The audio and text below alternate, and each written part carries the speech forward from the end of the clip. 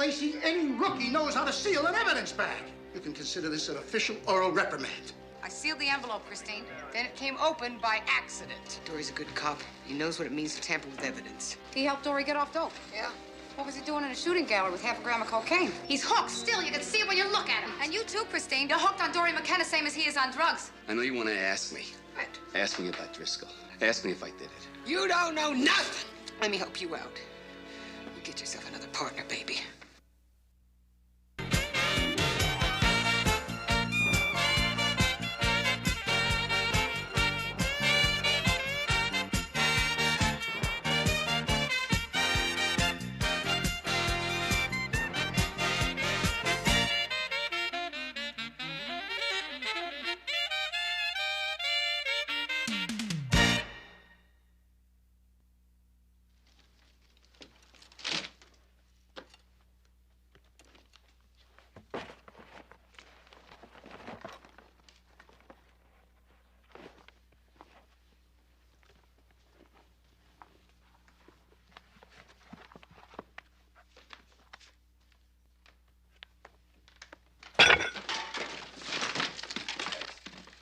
Chris? What are you doing? Nothing. Just go back to sleep. Tell me what it is. Maybe I can help you find it. My jacket seems to have disappeared. Well, you see, that's the trouble with you neat freaks. You can't remember where you put things. The jacket's in your closet. Oh, yeah? The only thing in my closet is a bunch of very ugly shirts, Dory, none of them in my size. That was after I tripped over your barbell. You're right, I am a slob. I am. But I'm a slob. I was crazy about it. Dory! Dory, stop it. I'll clean up later. I've got to go to work. Clean up later, I promise. I have to go to work.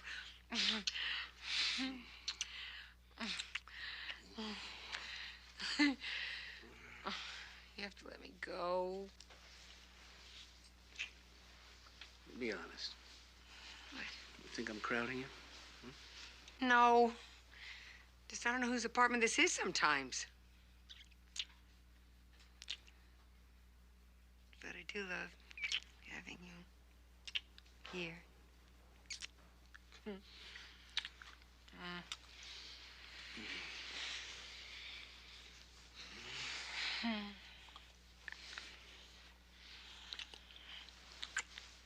Dory, I have got to go. I have to meet Mary Beth at 6:30. You gotta let me go.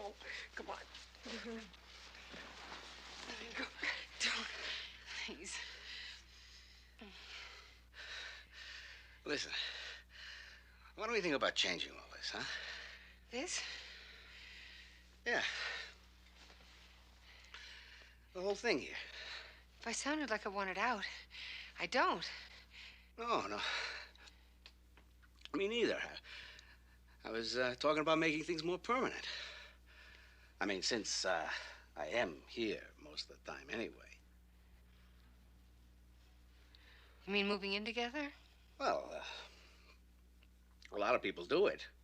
Some even like it. Well, I think about it. I do.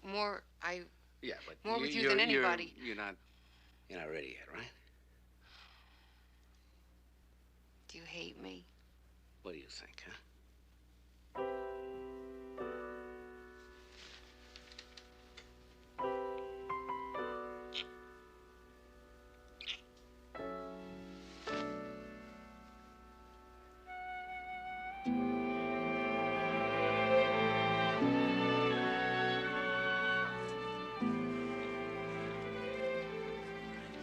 And this doctor has more good news. Back injuries are very unpredictable, he says. So he wants Harv to move as little as possible. You know what that means? I'm sorry, what? He can't get out of bed. For how long? Till the muscle spasms stop. Doctor couldn't say how long that would be. $100 he charged for that. So can't Harvey's mother help out? Muriel's in the Bahamas, remember? She won that cruise playing bingo. Oh, yeah. So who's nursing the patient?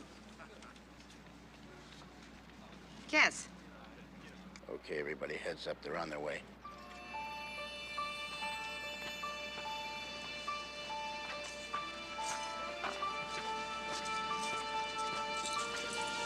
Finally, let's go.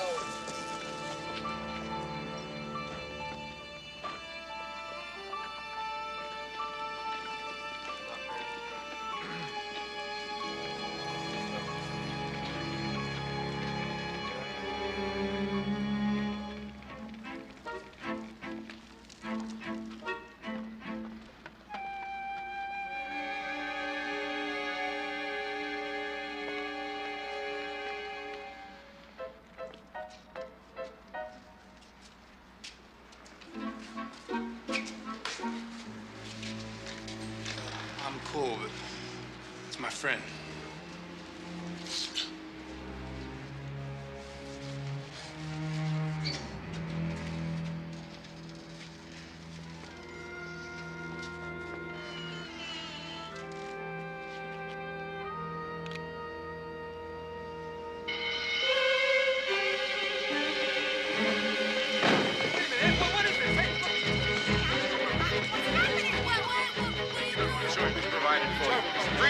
Let's go. Okay, hold it.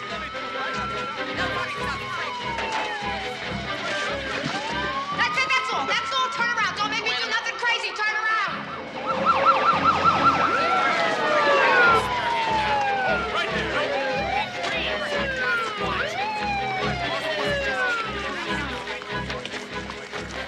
What happened to you? there. There's a Viking in there. Oh, come on, get going, come on. Get your hands up there and spread your legs. You know how to do this. Come on. Oh, back up, back up, back up, back up.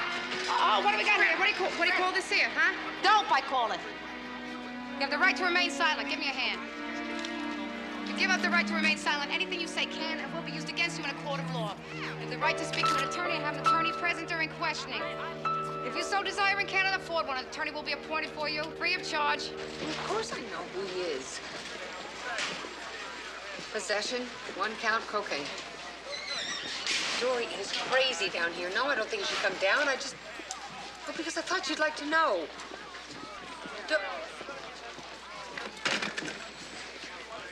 You called Dory about the Driscoll thing. It was a private conversation, Meredith.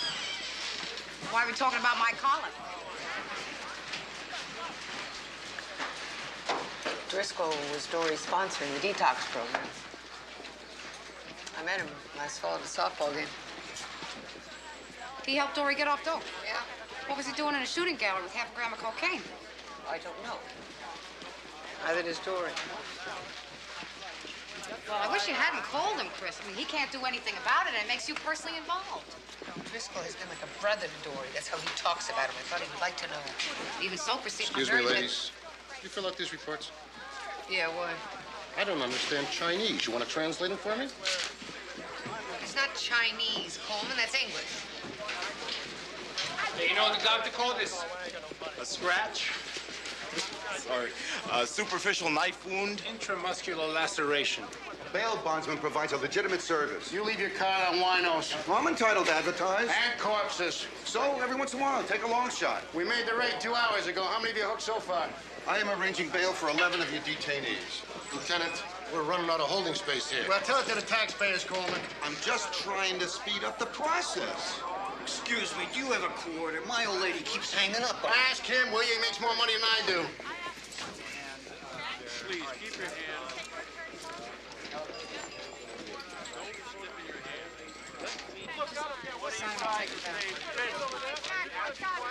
Billy, I got a bail bondsman here. Very good.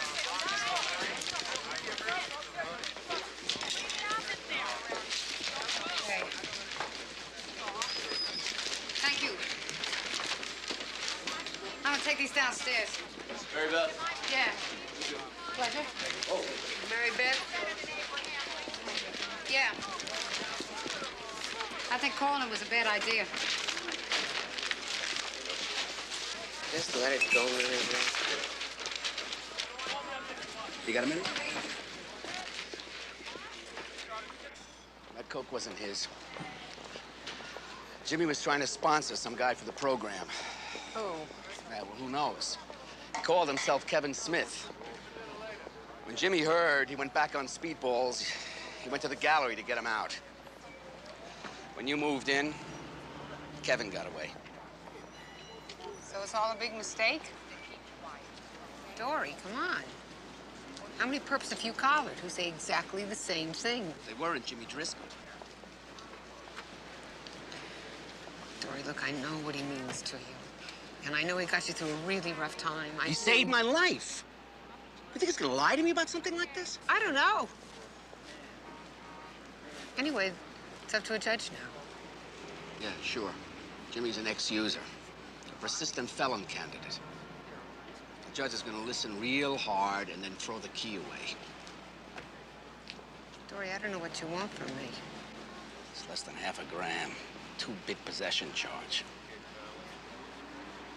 Kinda gets lost in the shuffle every day. I have work to do.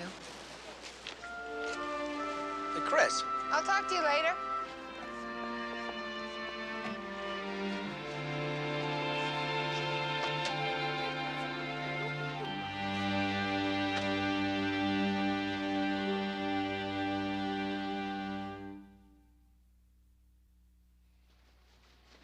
Mary Beth, there is something floating in here.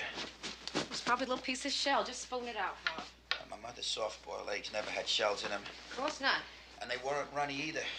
She used to break up the toast in them for me. Howard, you hurt your back, not your hands. You can break up toast. Wouldn't be the same. Mom, look what Harry Jr. did. I did not. Michael, those are school clothes. It wasn't my fault. Liar. You wouldn't give me the syrup. Don't you call your brother a liar. You get in the bathroom if you're gonna be late for school. You have to fight in here. I wasn't fighting, he was. Mary Beth, I need a pain pill. Honey, you get another one in an hour and 26 minutes. Oh, come on, you gotta be kidding. Somehow, Harv, I'm not in the mood to kid.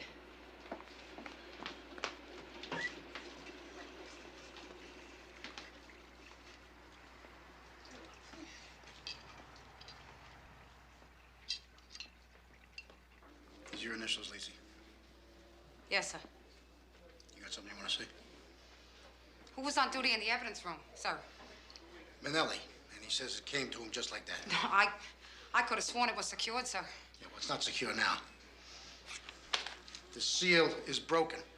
The chain of evidence is broken, and the case is right out the window, and Driscoll James D. walks. Damn it, Lacey, any rookie knows how to seal an evidence bag. Lieutenant, it was a zoo out there yesterday. Yes, I know that, and this Driscoll case is just a rinky-dink possession, but that is no excuse. What was the purpose of this raid, Detective Lacey? To apprehend suspects, sir. To obtain information on dealers, sir. Right. But we can't obtain information from people we can't keep. Can we, Detective Lacey? No, sir. Detective Lacey, you can consider this an official oral reprimand. Yes, sir. Get up.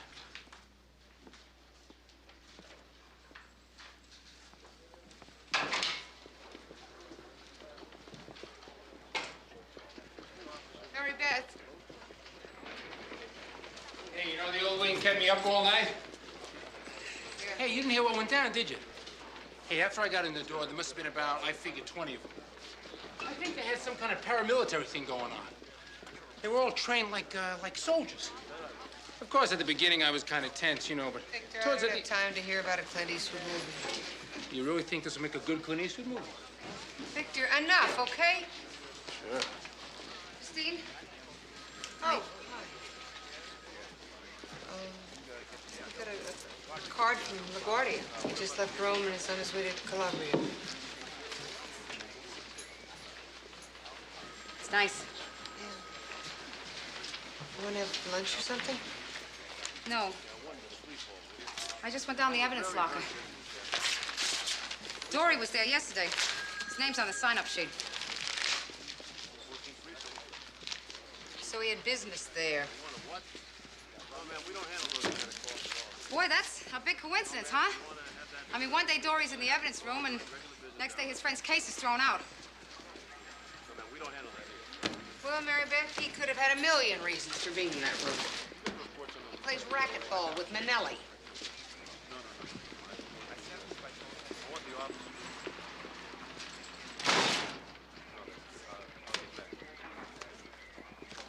the envelope, Christine. Then it came open by accident. Dory's a good cop. He knows what it means to tamper with evidence. Does he? Like he knew what it meant to be a responsible backup to me? Or he knew what it meant to bring dope into my home? Harv never forgave him, never.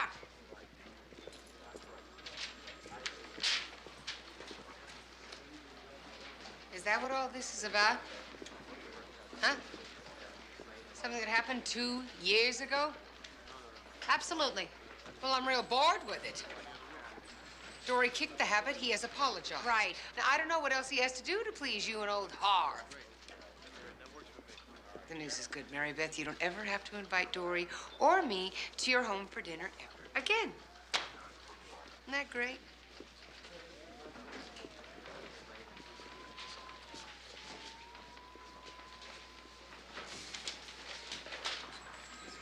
Shut up. Listen, I'll meet you at Haggerty's tomorrow for breakfast. You got it. I'm glad it worked out, Jimmy.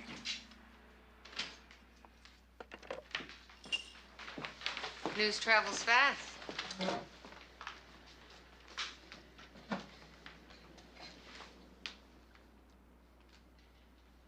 Jimmy left a message on my machine.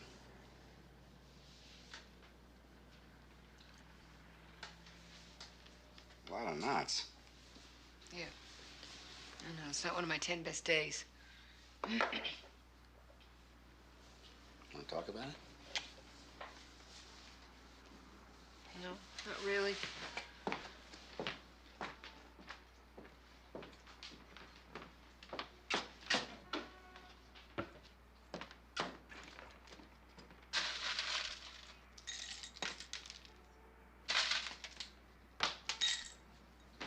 I ran into Frank Manelli.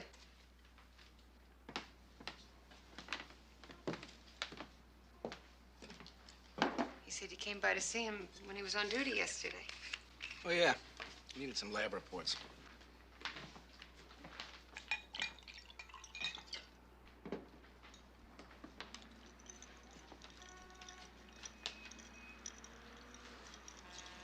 Is that what's bothering you? Jimmy?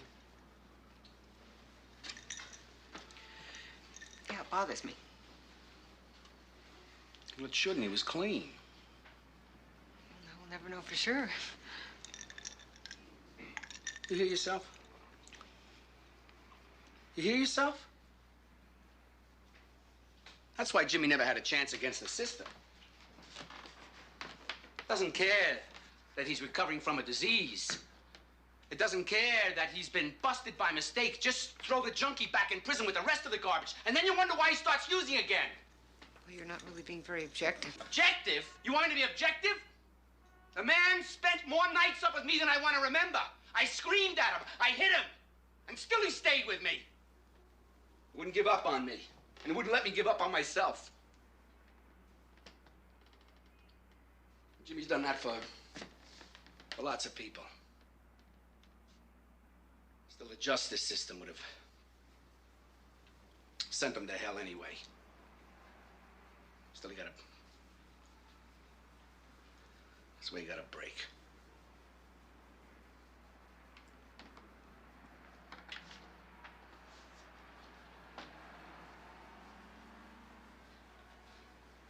Just believe me, baby. This is the best way it could have happened.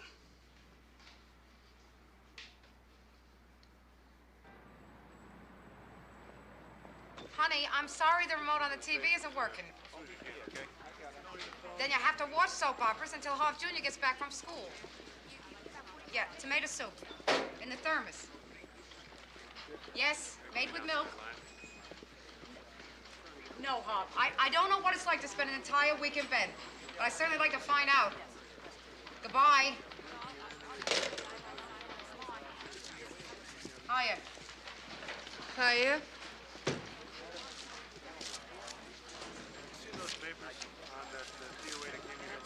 Good morning, ladies. I took this message for you about a half an hour ago. Seen that caller you made in the raid 2 days ago? Yeah. Guy couldn't make bail, they took him to Rikers. Thanks, Coleman. No problem. Ernie Cade wants to make a deal.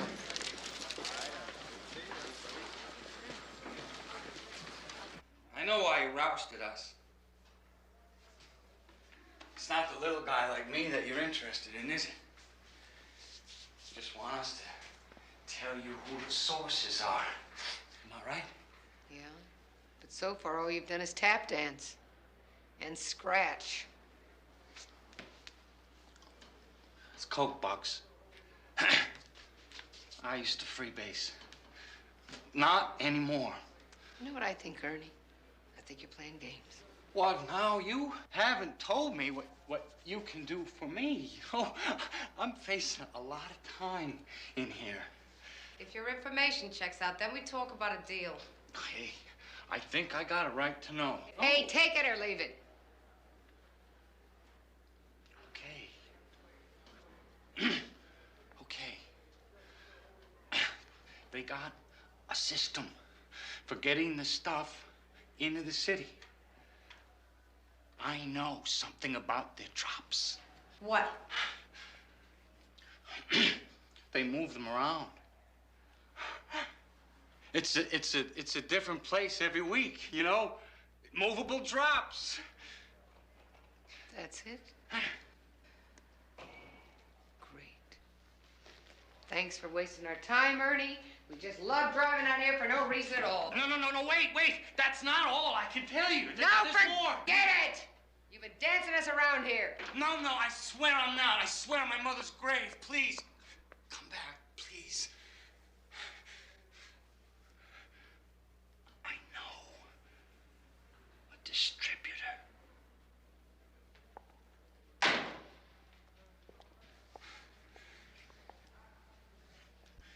He's sort of a middleman. He gets the stuff from the big man, and then he takes it and sells it all over town. He's black. He's a classy guy. Smooth talker. You want to just give us the name, Ernie? I think his real name is Driscoll.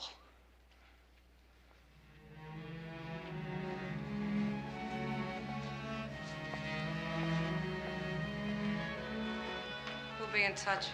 Okay.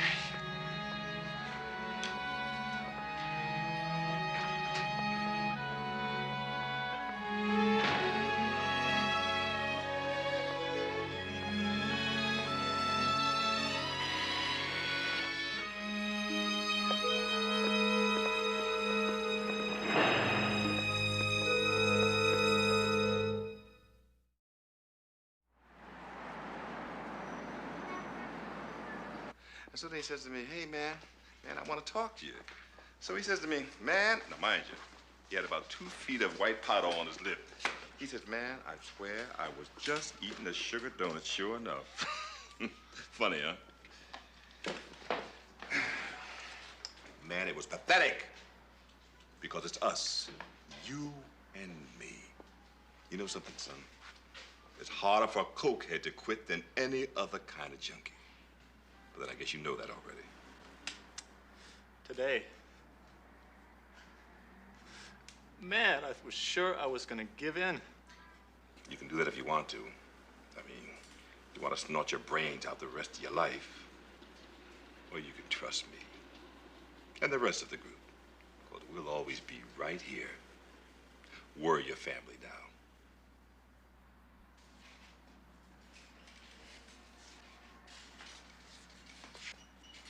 Thanks. Oh, it's all right. It's gonna be all right, you hear? It's gonna be all right. Now you go on home and get some sleep. And I'll call you the first thing in the morning.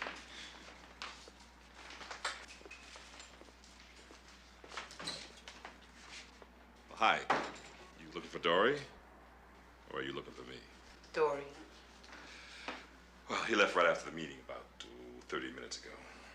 Thanks. Hey, wait a minute. You know, we have never really talked. Unless you count the other day when you both were reading me my rights. I don't think we have much to talk about.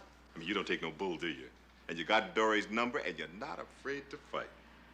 Well, I'm like that, too. You do this a lot? Well, as much as I can.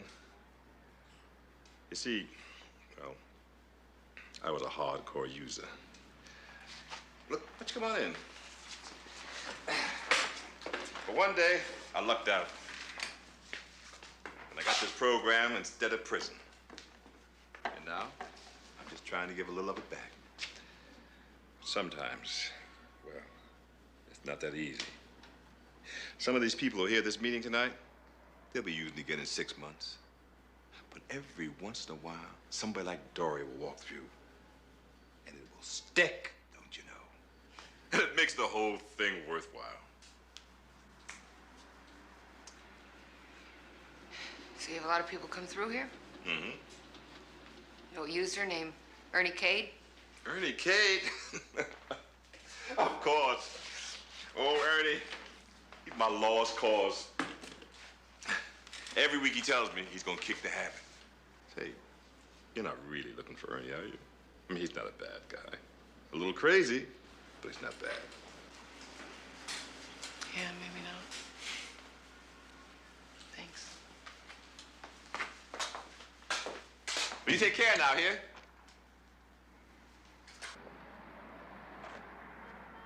No, just put down the phone in the kitchen and go. No, don't hang up, Michael. Just a second. Why did you tell me you were going to court this morning? Michael, tell Daddy I'll call him right back. No, I don't want to hang up. B. Culver, the purse snatch I collared when I was off duty. Michael, Daddy didn't mean to say that word. No, Michael, you know that he's not been feeling well. Just a minute. I think we should talk to the lieutenant about what we got from Ernie Cade. What'd we get? Not enough for a warrant. He'd left us right out of his office. Michael, tell Daddy I'll call him right back, okay? You can't ignore a lead, Christine. What lead, Mary Beth? Ernie Cade's one of the biggest con artists in the world. He's famous for phony tips. Well, it's the only thing we have. Well, I'm late for court, so I don't have time to argue with you. I'll talk to the lieutenant myself. When I get back. You won't be back the whole day. This is not your case. It is our case. We have nothing concrete, so sit on it till I get back. Lacey, yes. Harv, sit on it. Your heating pad, honey. Yeah, about 30 of them. Heavily armed, combat trained. You, Victor, as Becky, single-handedly took him out, right? Yeah. Hey, you think Robert Redford would do a TV series about a Polish cop? I don't know, but yeah. Did you get something for me? Yeah. Hey, Lacey, I never showed you... Yeah. Driscoll did make bail before his case was dropped. I remember the guy who posted it for him when his name popped up on the computer. Here it is. McGinnis, Joseph T. Funny kind of a guy, you know? Didn't smile or nothing. Saw a Union trucker's card in his wallet. Would you do one more favor for me, please? Like what? McGinnis, Joseph T. Where does he live or work? You know, sergeants are very busy people. I know. I'll return the favor. Can you keep his Becky out of here?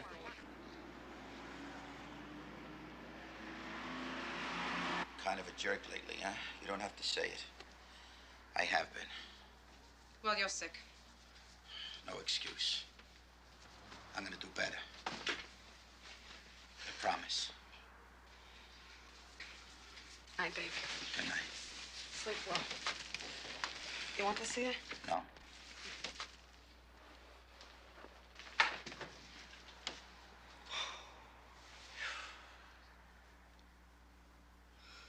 Mary Beth, you know what I'd really like? A cup of cocoa with the little marshmallows on top. We got the little marshmallows. What if I get you the big marshmallows and the scissors?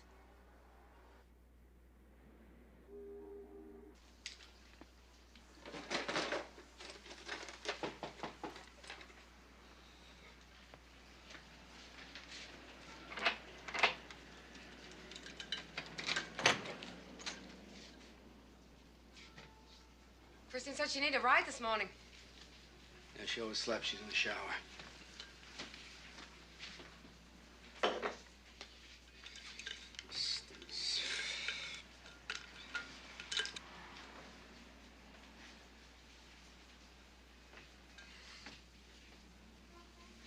Well, come in, Mary Beth.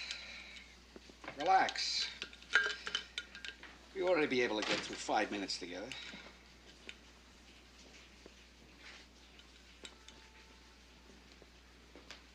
You don't seem very relaxed yourself. Look, I know you don't like me. I don't think this is the time or the You and place. Harv don't like me, and I don't think you ever will, but that doesn't give you the right to run Chris's life. You have no right to say that that's Yeah, what I'm doing. What are you pushing this thing with Jimmy for? Because I trust him, and you don't trust me, and you don't want Chris to trust me? Maybe you think I'm still using, huh? I don't want to talk about it.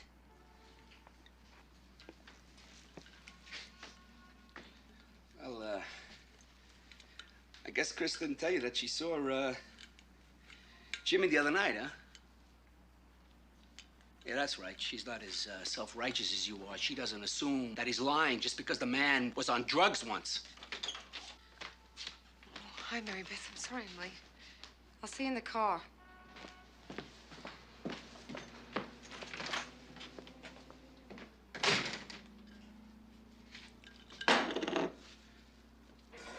Unprofessional.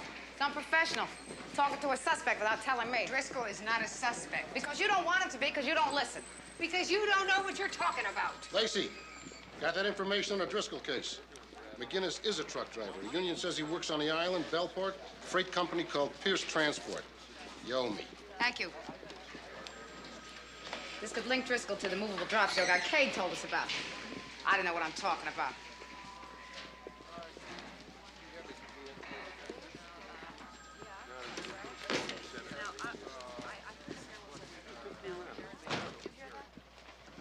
What the hell do you think you're doing? I'm doing my job. Your job? Cade is our case. It isn't your case. But it's okay if you talk to Driscoll without telling me. I went to see Dory. That was not on purpose. I don't know you anymore, Christine. I followed up on Cade because I knew you wouldn't. Because you see, Dory McKenna, and you come up with some more excuses. Get off saying that. If Jim Driscoll is dealing drugs, Dory is not involved in it. Dory's on the edge. Man I saw this morning could very well have tampered with evidence. And I think he did. Because you want to think so. What is it, are you jealous? Is that it? I get something for myself that is outside this job, and you can't handle it. You're not even making sense. Dory is not a perfect person, Mary Beth. He is not the great Harvey Lacey, and who'd want it? I'm so sick of hearing about St. Harvey and your hallowed home. Well, I know Dory, and he wouldn't lie to me. He's lying to you. He's lying to himself. He's still sick. He hasn't been on coke in over a year, and you know it. In his head. He's hooked still. You can see it when you look at him.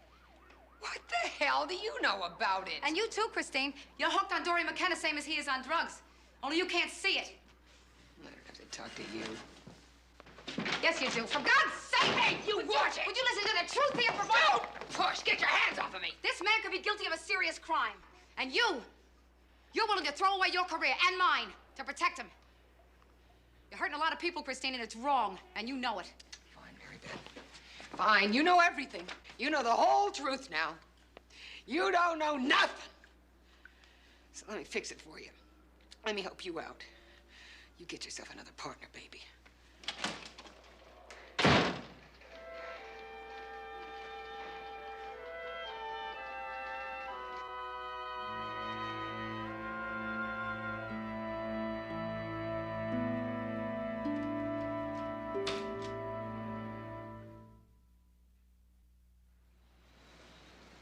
I've been on some dead stakeouts. This one's a cemetery. Did you hear what I just said? Yeah. Something about, truck driver, bailing Jimmy out, huh? Mm-hmm. He works for a freight company. We got a tip about movable drops. Truck drivers can do that. Of course, that makes him a dealer, right? You ever hear a coincidence? There are too many of them, Dory.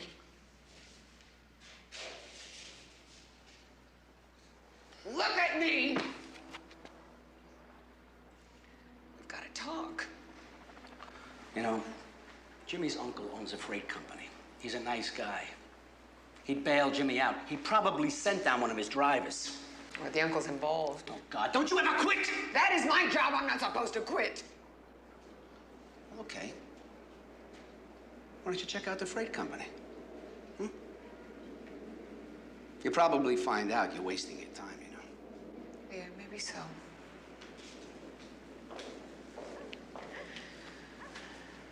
Dory, don't talk to Driscoll. Do you understand me? Thanks for your vote of trust. I'll do the same for you sometime.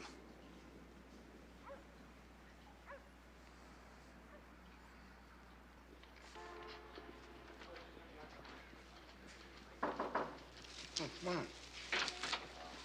Where's Cagney? I want to talk to both of you together. She's not back from lunch yet, sir. You know, you and Cagney weren't exactly quiet this morning. Matter of fact, I think they might have heard you up in the Bronx. I'm sorry, sir. No, don't be sorry. Everybody knows partner's supposed to slug it out sometimes. So, straighten it out? I don't think so, no, sir. Want to talk about, reassignment? I don't know, sir. Maybe something temporary? Want to talk about it at all? I do, sir, very much. But not without Cagney. You know, I guess I could play marriage counselor here. I could say all the things that I'm supposed to say about partnership. I could tell you to give a little if you can, because she would too. But the truth is, Lacey, I trust your judgment. And Cagney's. So, whenever you want to talk, I'm here. I appreciate it, Lieutenant. Should I shut the door? Yeah, please.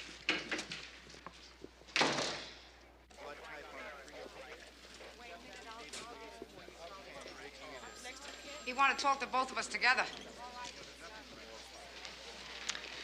I'm ready now. Okay. We could check out the freight company ourselves. And if there's anything there, then we could bring the lieutenant into it. We could do that. Coleman remembers McGinnis. He could give us a solid description. Okay.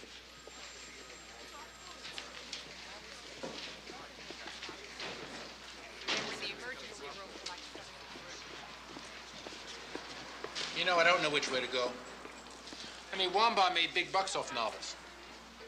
Maybe I should go that way, you know? I mean, I could start with the raid, then add a lot of sex, and then how I feel about standing alone between New York and the creeps out to destroy it. Yeah. Then they'll make a miniseries out of it, huh? Looks like everybody's gone home. Yeah, it's late. We could give a couple hours, you know. Save ourselves a trip later. Whatever you say.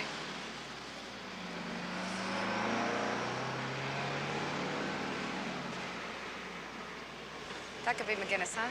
What do you say?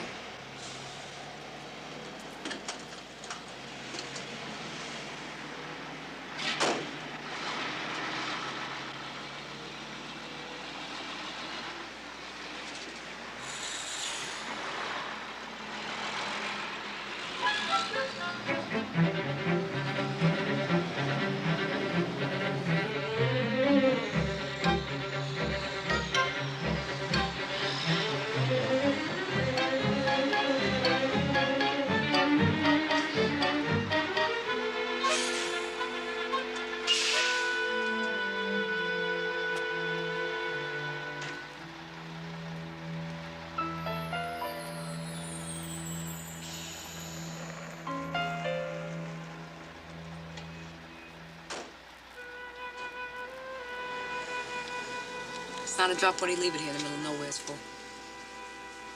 It's locked. We're gonna need a warrant. Unless somebody shows up with the key.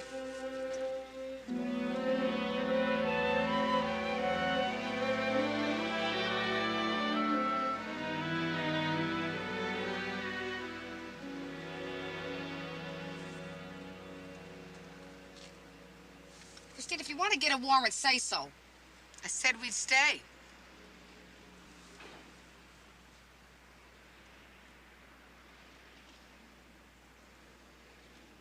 I don't want to be right about Dory. It's not important that I be right about Dory. It's important that I be able to talk to you. I talk to you. Sounds like you're going to anyway.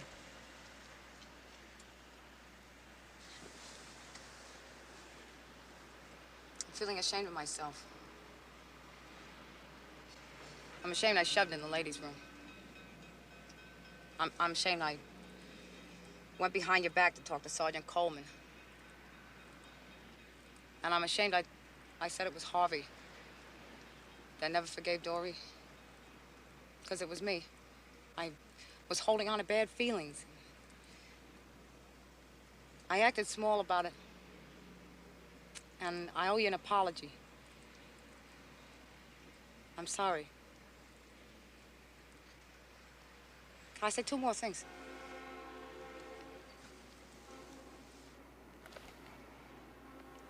I got a routine on evidence. Make sure I do everything. But that day we brought in Driscoll, what'd I have? I had half a dozen, 9, 10 envelopes. Maybe I didn't stick it down right. Maybe Manelli screwed up. Maybe the thing fell off a shelf. Who knows? Maybe Martians came down from the moon. Blew the thing open.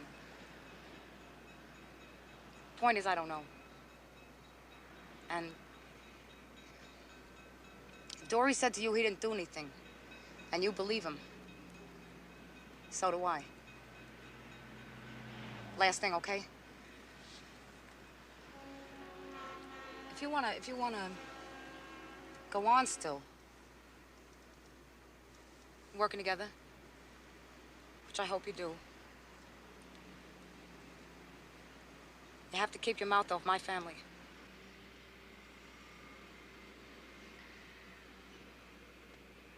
You keep your mouth off mine.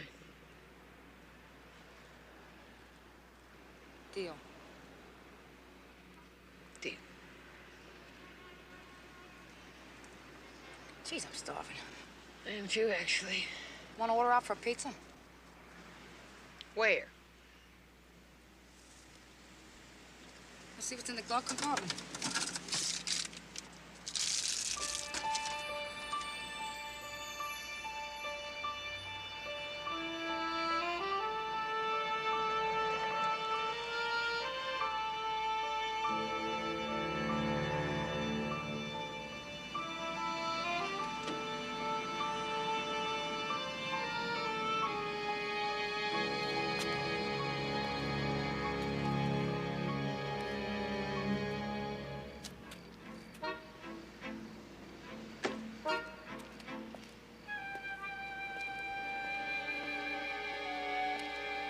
Let's do it.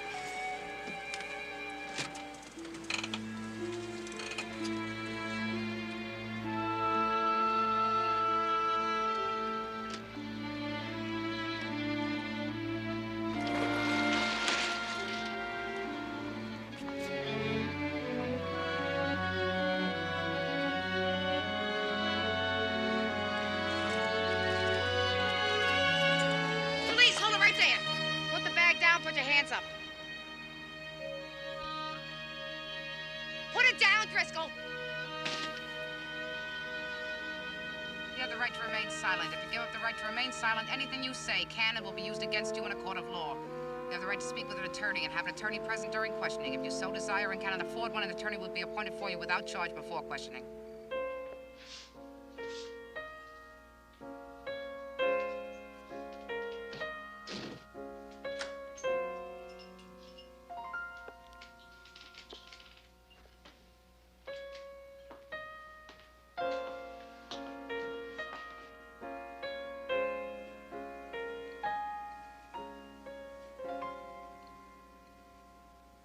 We got him at a drop. Driscoll's the distributor.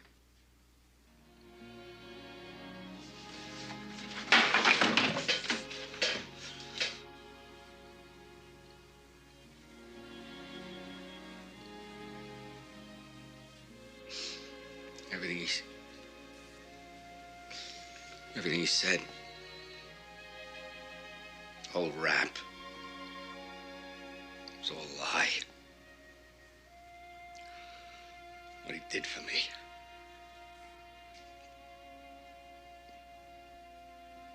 Nothing. Nothing.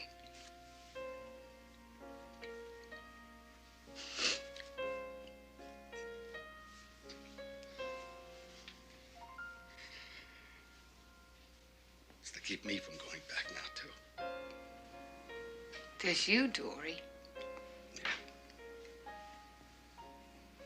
I can't trust me. Why not?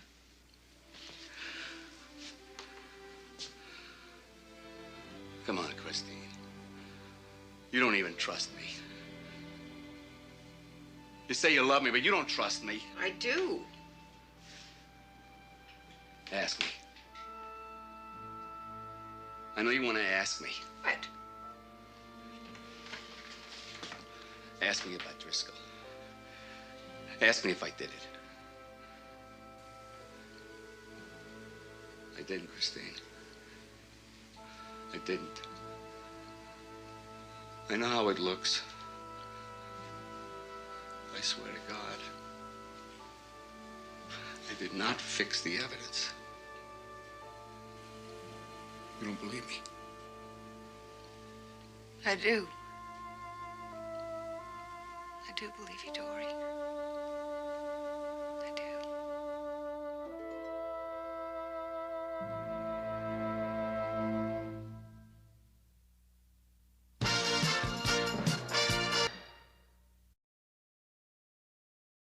It's the big time, Mary Beth. It's the fast lane. You two ever get tired of life at the 14th, I'll be glad to have you in narcotics. Go to bed with me, both of you. What is this? I'm sure you didn't say anything that would taint the collar. You're too smart for that. If you go into the grand jury on Tuesday and call me a liar, our partnership's over. Are you that good, Sergeant? Okay, I have to type up the report. You want to tell me what lie I'm... Morning, sir. Morning. I'm swearing, too.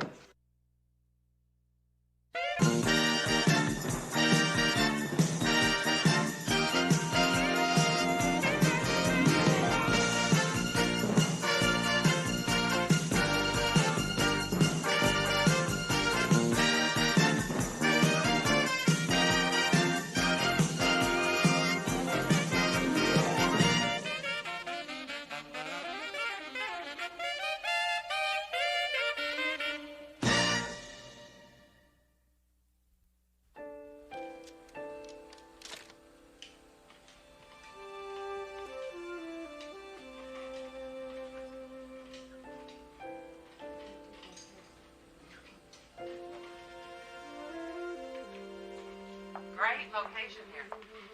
You only say that because you don't have to pay the rent. Neighborhood's yuppie heaven. Place should be a gold mine. That's what we thought when we took over the place. Personally, I think we'd have been better off with the Medicare crowd. Yeah. I guess the only drugs your people are interested in are the recreational kind. You are not joking. They walk in here, bold as can be. Can you sell me a dozen lewds? Can you? Beg your pardon? You got a supplier? No, thank you. We're not interested. Speak for yourself, Patricia. Daphne? I am the one who's got a kid on the way I'm going to have to pay for on my own. So sit hearing about this baby. We can have this fight on our own time, thank you. Supplier? Mm-hmm. What kind of drugs are we talking about? How about the prescription kind without regulations or paperwork? I've got amphetamines, phenobarbital, everything in between. I don't know. Patricia? Who is the one that's always whining about the low profit margin? Huh? The least we could do is listen to the woman. Huh? How do you do this?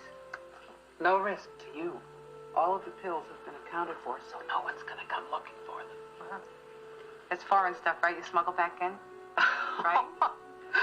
Look, you don't need to know that. No. I don't need to know that. And it wouldn't be real smart of me to discuss the small strokes with you. You gonna find that necessary for us to do business, Patricia?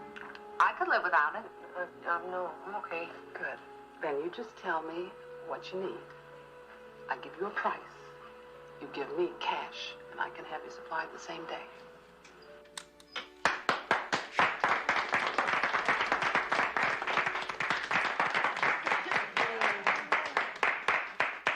The way you worked her was terrific. You set her up so nicely with that struggling businesswoman routine, that stuff about the baby, and you let her make all the moves. Absolutely perfect. In fact, I'll probably use this tape as a training film. Ladies and gentlemen, thank you. Thank you, Lieutenant. Petrie, Miss Becky, nice job on backup. A good solid caller. It was tough turning on the camera, but somebody had to do it.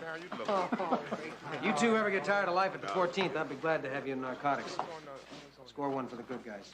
Thank you, sir. Yes, thank you. Yeah, they're really good.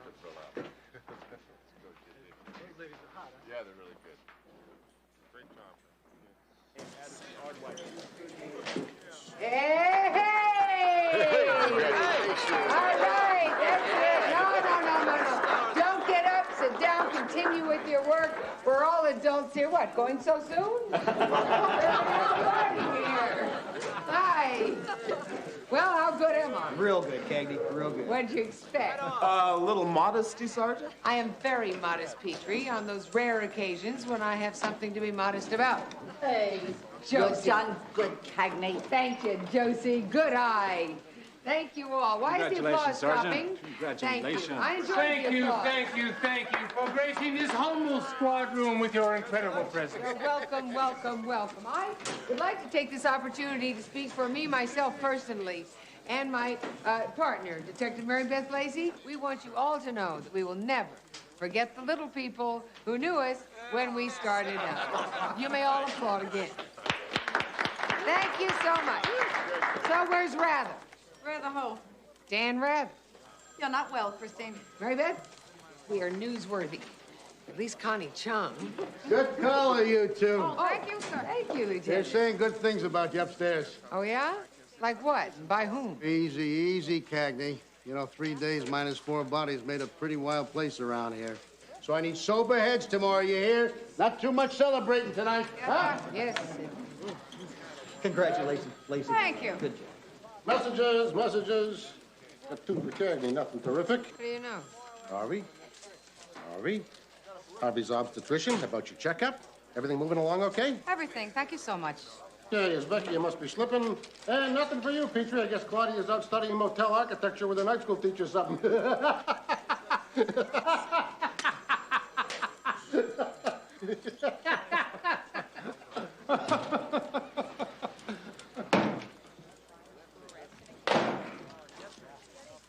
Hey, something I said, it was just a joke. Well, he's so sensitive. Wish I could say the same for you, Sergeant.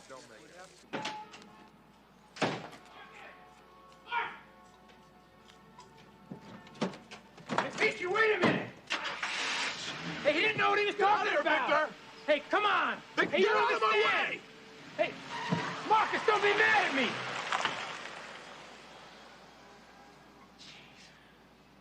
It's the system that allows you guys to do these kind of things.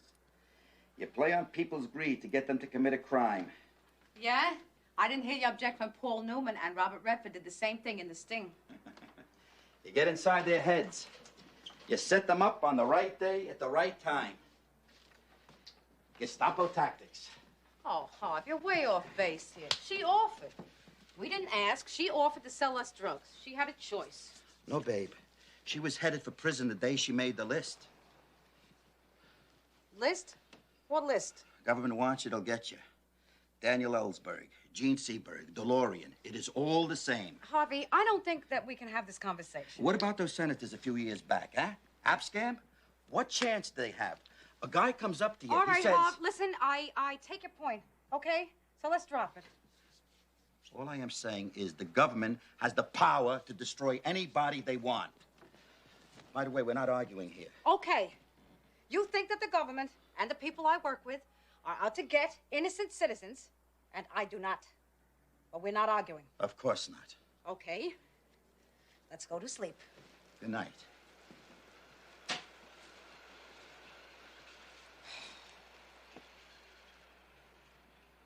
Started with J. Edgar Hoover. Oh. Turned this country into a police my state. Lord. He did.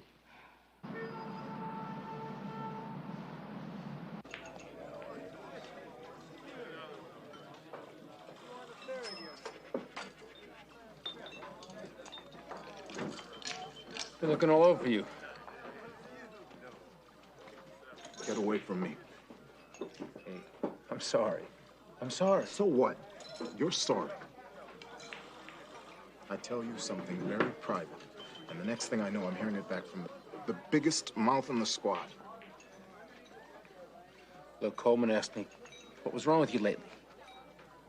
Look, all I said was that Claudia was spending a lot of time in night school. That's it. That's all I said. Even if I believed you, that's enough. You shouldn't have even said that. It was a lucky guess, I swear it. I can't believe I let you do this to me. Victor, you're stupid, an idiot. But I'm a bigger idiot to think that you were my friend or that I could talk to you. Hey. Get off me!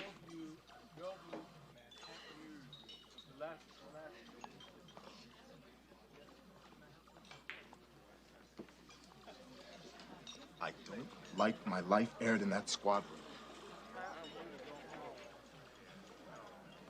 If you'd have just laughed, no one would have known it was the truth. Everybody would have just thought you were laughing at one of Coleman's bad jokes. Of course, it's my fault.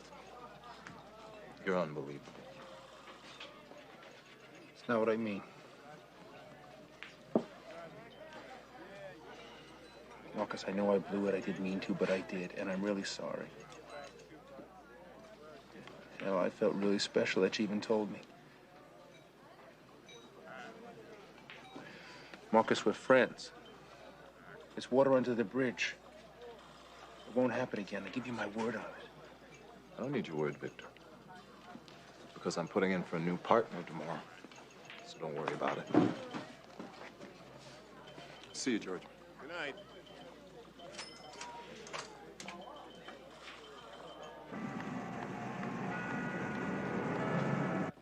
Narcotics has got your back. They turned your saleswoman around. She's going to give us a higher level dealer, and Nelman has approved it. Johnson is expecting at One Police Plaza in a half hour. I'd like to be replaced. Why? It's personal. I don't want to hear personal. It ticks me off that I'm going to be shorthanded here again, and there's nothing I can do about it. How the hell do you expect me to run a precinct like this? Go!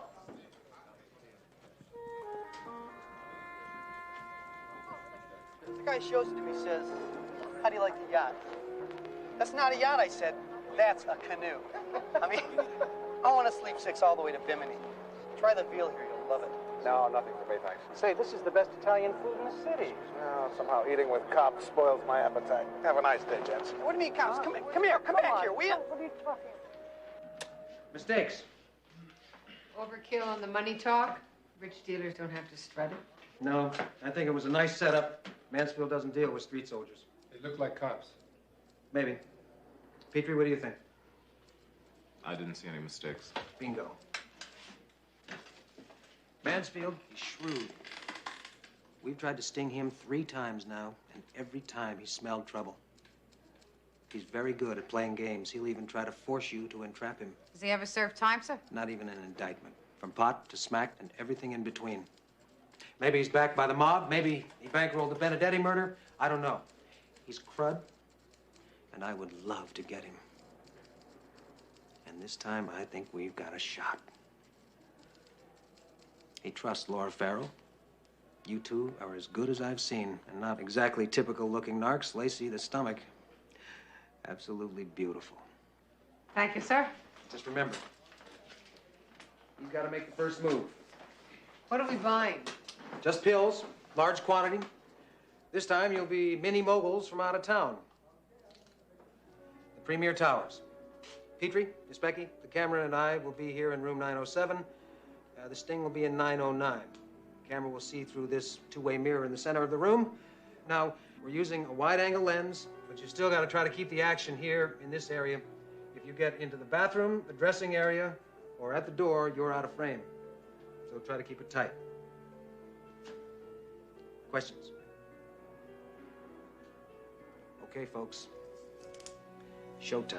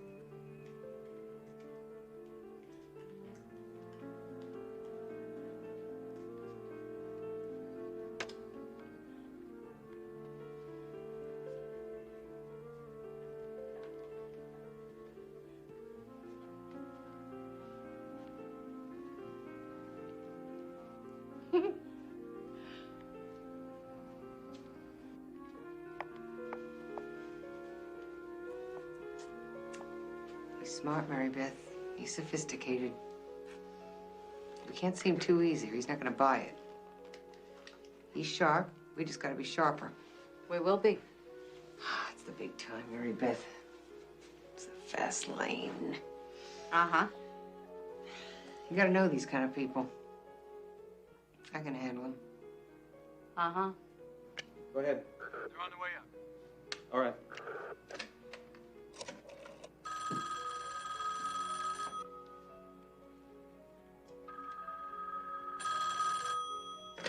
Yeah, They're on the elevator. on their way.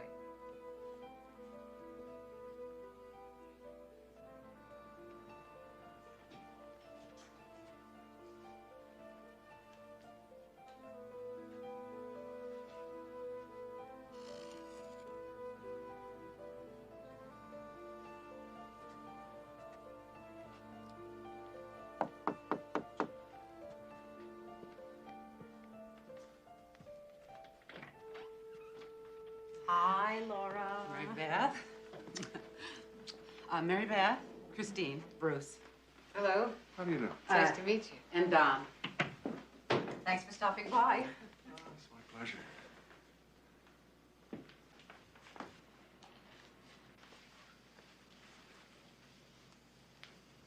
I don't like it. It doesn't feel right. What? I'm not doing business today. Sorry. Oh, wait a minute. What's the problem? Cops. The room could be bugged. I follow my instincts. My instincts tell me no. Wait a minute. How do we know you're not a cop? How do we know Laura here isn't an informant? Yeah. How does one know? The eyes. I check the eyes. A cop's eyes never rest. Like yours? Like yours? There's a fine line between cops and robbers. Right. Which side are you on? Go to bed with me, both of you. What is this? Have sex with me before we do business. Then I'll know you're not cops. I'm pregnant, mister. Well, that leaves just you and me, kiddo. How does having sex with us make you safe? Precedent. U.S. versus Simpson. It's out in California. They entrapped Mr. Simpson by engaging him in sex. It's called outrageous conduct. Oh, no. No, thank you. Not today. Wait.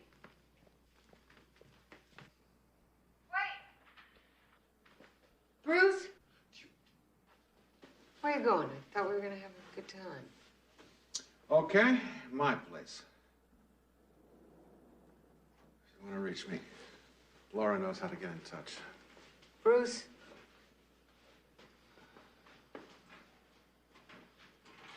Come here.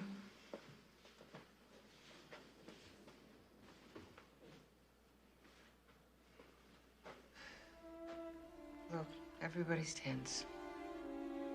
We've been dry for a long time now. I don't even have anything for myself. And we got a score. So if I can't go home with at least some moods, we're gonna be out of business.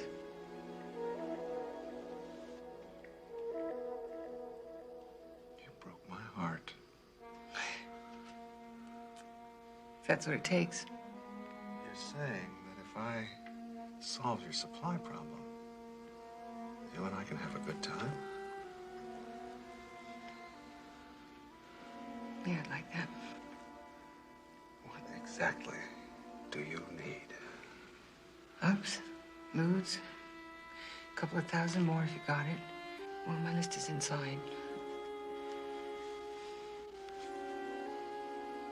Can we do business?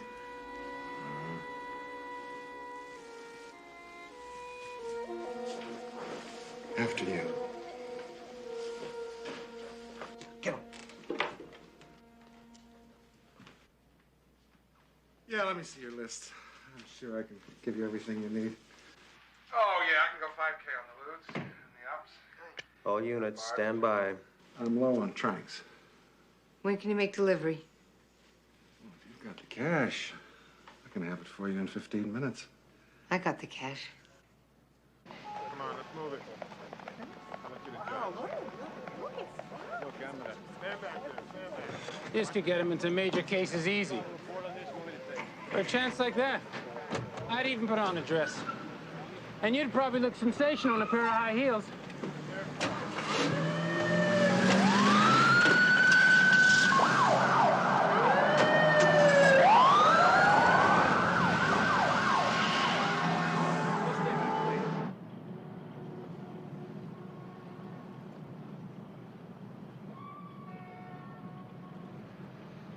You remember Michelle the Magnificent?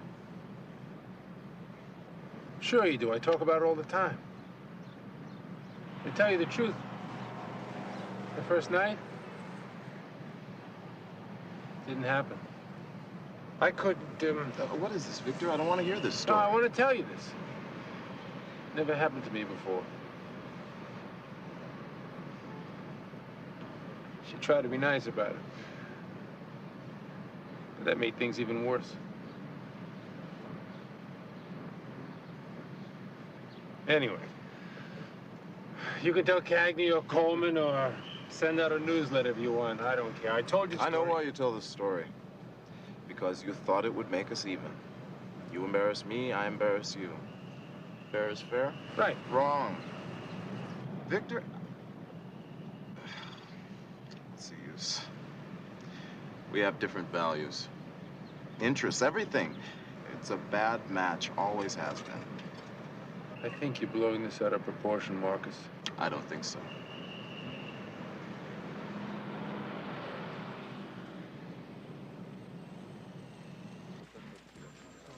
It's been 10 minutes. He's either talking or he isn't. Maybe he's trying to make up his mind. Find out what's taking so long. Lacey, have the amniocentesis test yet? Hey, Sergeant, that's none of your business. Hey, just trying to be helpful. Sergeant Coleman, I'm gonna tell you something for the last time. You keep your fat nose out of my personal life. Hey, hang on a minute here. No, I hate that vanilla thing in there. I told you that 100 times. And now you have the nerve to ask me if I'm gonna get a test so you can get the edge on whether it's a boy or girl? Forget it. If I have the test, that's between me, my husband, and my doctor.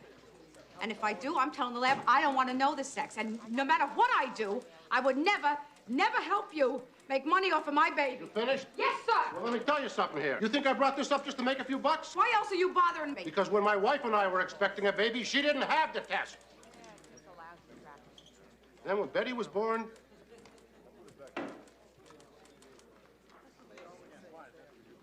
well, she's in a special school now. It took us a long time to find it. And she's happier there. People don't make fun of her. She's doing okay. It's just that when she was born, we weren't prepared is all.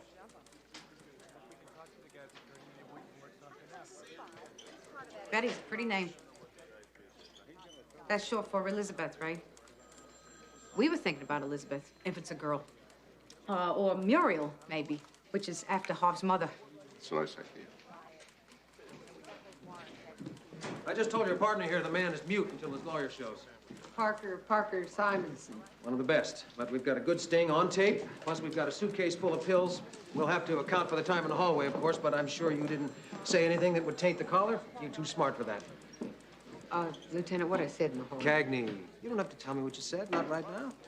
Take the weekend. Think about it. Go over it between yourselves. Bring me a report on Monday.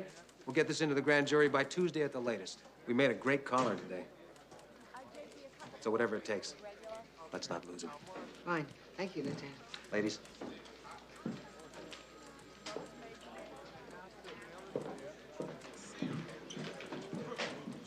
Sergeant, we're doing the test next week. Yeah. I can't believe I stepped over the line like that. When I stopped him outside, I could have said something else, anything. I didn't have to initiate the deal. We're gonna have to come up with something creative on our report. What are you talking about? I entrapped him, Mary Beth. I was the first one to bring up the subject of drugs. We put that on the report. Mansfield walks. I'm not about to let that happen. Oh, what are we supposed to do, lie? It's our word against his. We're not dealing drugs. What? Come on, sometimes you gotta do whatever it takes. You know that. I'll be damned if a big-time drug dealer's gonna walk because I didn't say the magic words. You heard Lieutenant Johnson. He practically ordered us to lie if we had to. Yeah, well, he's not going to be under oath. I can't believe he even asked us to do that. He's supposed to be our superior officer. He's just trying to give us a little room. Yeah, room to hang ourselves. He's backing us up. He's telling us to commit a crime. Please, will you come down to earth with the rest of us? How often do you get a shot at a guy like Mansfield? Not worth it, Chris. Wait a minute. Mary Beth, we're doing this. Your ego is doing all the talking here. Give me You're a thinking break. about promotions and commendations and having your picture in police That isn't magazine. true. It is not true. Mansfield stinks, and I want him. I want him as much as you do. But we have to start all over again. We have to admit we made a mistake. No! We're gonna do this now, Mary Beth. Please don't fight me on this one because you can't win. You got a hell of a nerve, lady. I make my own decisions. Monday, I'm bringing in the paper, and it's gonna say all the right words. Now, you can either corroborate my testimony, or you can say you never heard the conversation at all. I really don't care. But if you go into the grand jury on Tuesday and call me a liar, our partnership's over.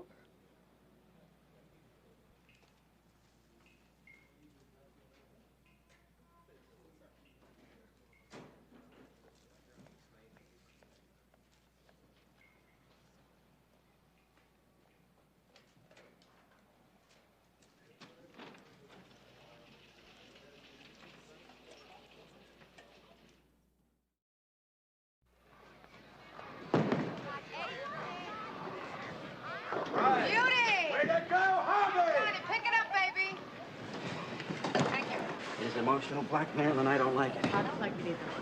She does it all the time. Puts you in danger while she does a super cop number. That's fair, Ma. Wait a minute, baby. 8. 8. All right, your turn, kid. Here You look out for him, Harvey. You know, you guys lie in that courtroom and get caught, the judge is gonna come down on you like a ton of bricks. Not a chance, Harvey. Only 3 people know what was said in that four-way, and 2 of us are officers of the law. Hey, Mom! What? I'm watching you, sweetheart. Go ahead.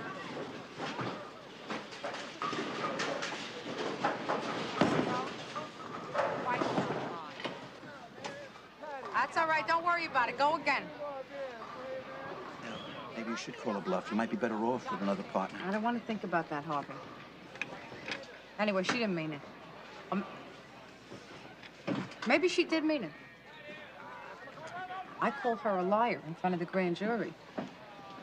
That's it. It's all over. I'm not trying to be self-righteous here, Harvey. You know, Why? I don't know, but... One more dealer off the street. Lord knows it couldn't hurt. Oh, yeah? You commit perjury, Mary Beth. You go to prison. 5 is good. Good for you. Your turn, Papa. Yeah, my turn.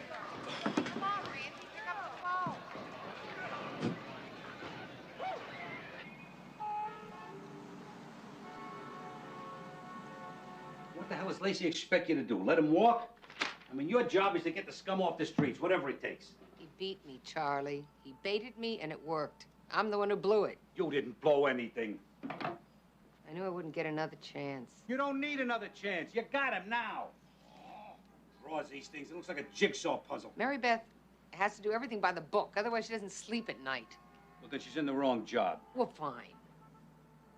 Listen, Chris, I used to cut corners, bend the rules. I also lied in court anytime it was necessary. We all did. I slept like a baby. Well, things are different now, Charlie. Oh, you can say that again. You guys aren't really cops. You're nothing but lawyers with badges. Thank you. The criminal justice system today stinks. I mean, even if you got a good, solid case, you don't know what's going to happen the minute you step foot in that courtroom. I'm glad I'm out of it. Don't worry about it anymore. But I'll tell you something. You better tell your partner she is not living in the real world. Give me that piece over there, will you? Which one? The one that fits. Give me them both. Charlie, I don't know. Take them all. She has integrity, Pop. Integrity is also knowing when to sidestep the rules. And if Mary Beth is a decent partner, she'll go to the wall with you. No questions asked. Hooray, it fits. Good.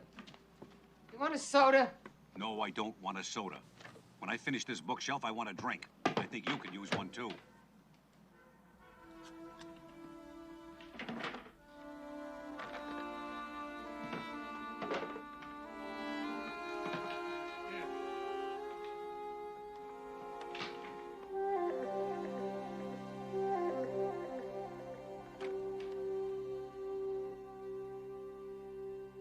Don't walk away from me. We need to talk.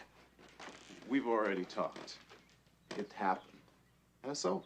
But you're still punishing me. That's not true. The hell it isn't. I'm sorry I hurt you. I've asked for your forgiveness. What more can I do? I don't know, Claudia. You're the one who cheated. Oh, excuse me. I forgot I was talking to Mr. Wonderful. The guy who never makes a mistake. The perfect Claudia. cop. The knight in shining armor. Claudia, shut up! Why do I have to push you to a wall before I get your attention?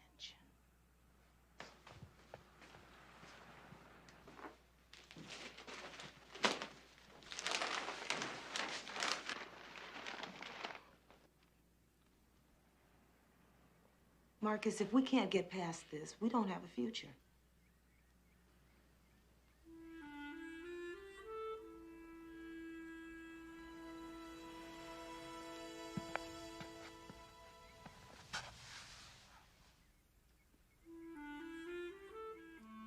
You finished with arts and leisure?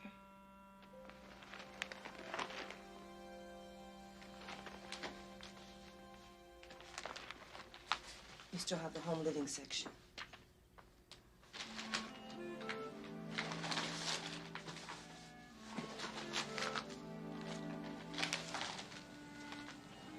What about sports?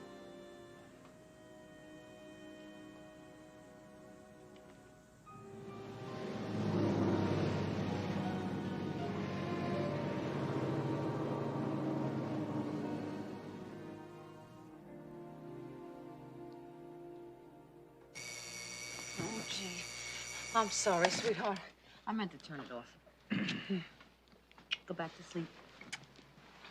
Put the snooze alarm on. You still got 9 minutes. What you gonna do, babe? I don't know yet.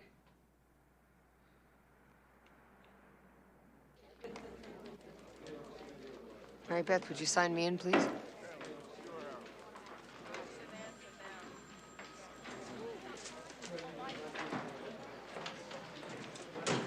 Thanks. You're wrong to put our partnership on the line over this. Expect you to back me up, Mary Beth. If you're not willing to do it, we don't have a partnership. A partnership is 50-50. Right. You owe me my share of any decision.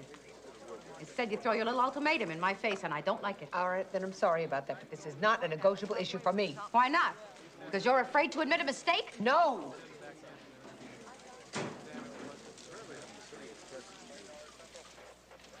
No, please. Please, you've got to believe me. I want Mansfield, Mary Beth. I don't want Mansfield and his two hotshot rich attorneys get in a chauffeur-driven limousine and they drive off thumbing their noses at us. It makes me sick, Mary Beth. Yes, sir. I have a chance to get him, and I'm not going to walk away.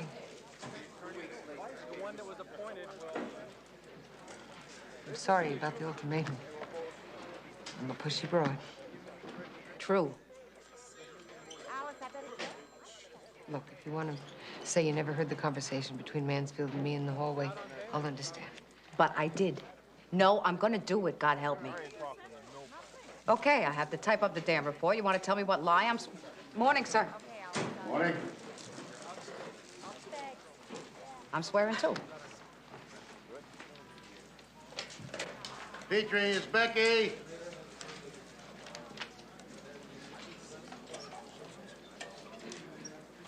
Come on in.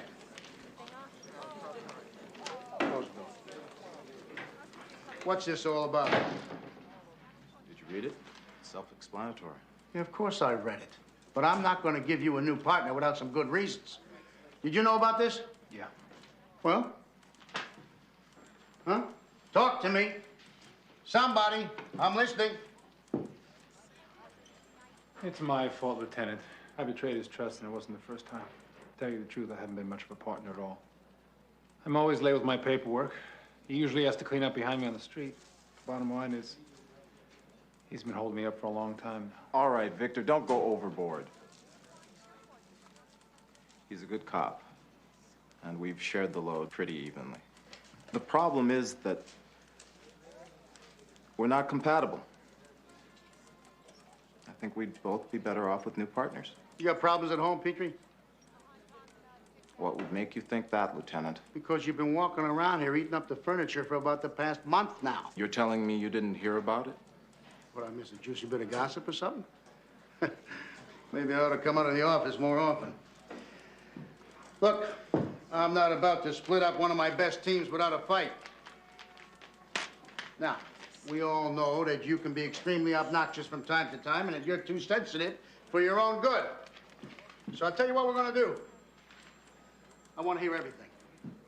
I want to hear every beef you got between yous right here and now. And if we can't find a way to mend fences before this is over, and we're not leaving here until it is, then I'll grant your request. All right, you go first, Becky. Lieutenant. I'm not fooling around here. I don't have a beef with him. Gotta be something. He's perfect. The guy is perfect. And that bothers you? Yeah. Yeah, it does bother me. You're always so perfect. And you don't mind letting me know that you know it. You don't say it, though. And that's what really irks me. You got an attitude, Petrie. A real attitude. What the hell is wrong with trying to be perfect? Sometimes you're not even human. As defined by you, Victor? What do you know about human? You do all your thinking with your glands. Okay, this is good.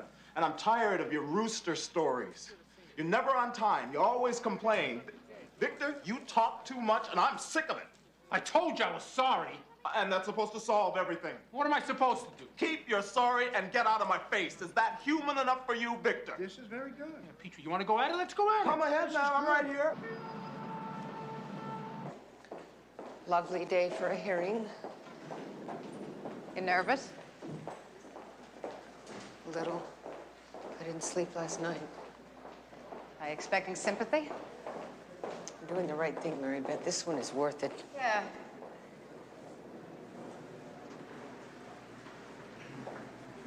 We don't do this now. Mansfield goes back out on the street. Enough, okay? I'm gonna do it.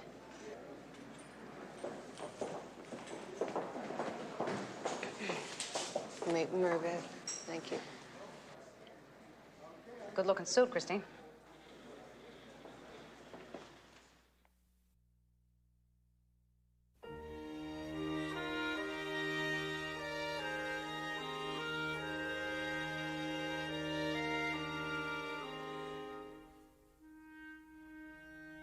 Before I open the briefcase, I want to see the money. We'll do it at the same time. I'll show you mine, you show me yours. Oh, ladies, that shade of green is my favorite color. Donald will want 5,000 lewds, 3,500 of the barbs. What is this? Bruce, you should have trusted your instincts. You've just been immortalized on videotape. Mr. Mansfield, you're under arrest. Wow, that's incredible. It's incredible. You can stop it now, John. Incredible. I haven't seen anything that good on television since The Untouchables. Anybody like Elliot Ness? I loved Elliot Ness. Okay, Mr. Ackerman.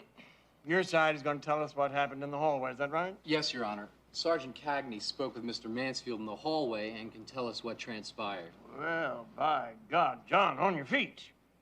Get over there and put the lady under oath. This is exciting. Raise your right hand. Do you promise to tell the truth, the whole truth, and nothing but the truth, so help you God? I do. You can sit down again, Sergeant. This is informal. Thank you, Your Honor.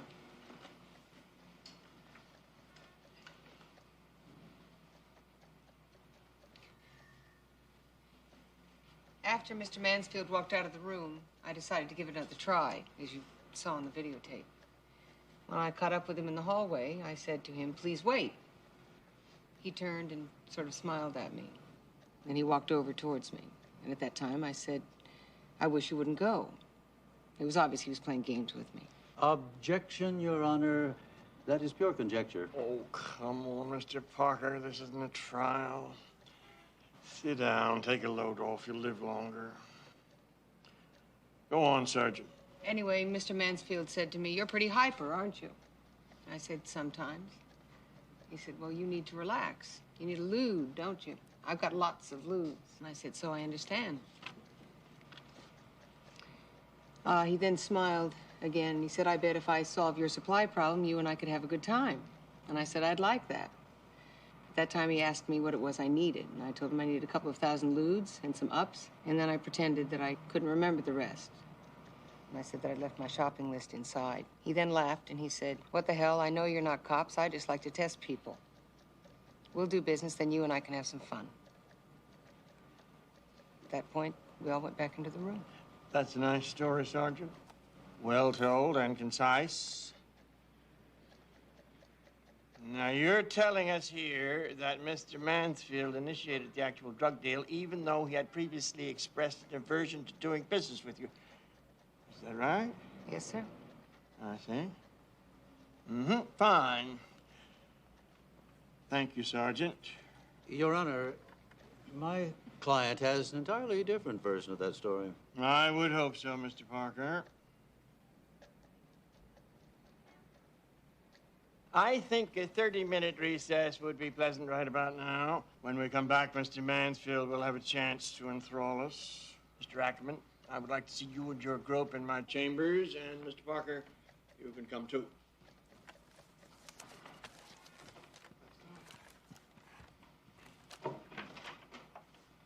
No offense, Mr. Ackerman, but you gotta walk a country mile to believe this lady's story. Even if I do, who's to say a jury will?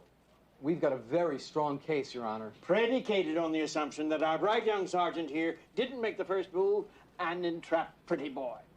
And from where I'm sitting, that's practically impossible to believe. Are you that good, Sergeant? I don't know, Your Honor. I only knew that I couldn't be the first one to bring up the subject of drugs or deal-making. That would have tainted the collar. Let me tell you something. Right now, you have the luxury of my ear. This could be considered a misinterpretation of facts. But if you go back into that hearing room and stick to this story, I expect Mr. Parker is going to land on you so hard you'll have to reach up to tie your shoe. Harder. And feeling the way I do right now, I'll probably help you. With all due respect, Your Honor, sometimes truth is stranger than fiction. Oh, I know. We also have the corroborating testimony of Detective Lacey. Ah, okay. You heard the exchange, Detective? Yes, sir. And you heard Mansfield initiate the deal? Yes, sir. He brought it up. What exactly did he say? He said exactly what my partner testified that he said, sir. I want to hear you say it. But before you continue, do you realize the dire consequences if I find out you're bending the truth? Yes, sir. All right, little lady. Let's hear it. Mr. Mansfield walked out of the room. And my partner and I looked at each other. And she went after him. And she said, "I wish you would not leave." And then Mr. Mansfield said, "You're pretty hyper, aren't you?" And Sergeant Cagney said, "Sometimes." And Mr. Mansfield said, "You need to relax. You need a lewd, don't you?" "I have lots of lewds." And Your Honor, I would like it if Detective Lacey would not continue with her story. Talk to me, Blondie. It's now or never. I initiated the deal, Your Honor. I pushed my partner into backing my story up. It is my fault. You wear a badge, so you're above the law. No, Your Honor. Then what the hell did you think you were doing coming into my courtroom and lying? I know it makes you crazy sometimes. We expect you to rid the street of drug dealers, and then we handcuff you with a lot of stupid little word games, but that's the way it is. And if you can't stand the heat, get the hell out of the kitchen.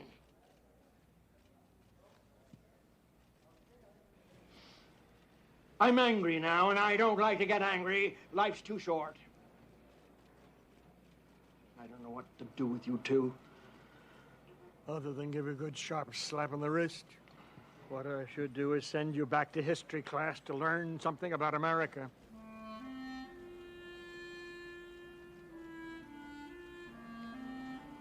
I'll leave the rest of your punishment to the department. I will grant Mr. Parker's motion to suppress, which means you don't have a case. Miss Sleazebag walks.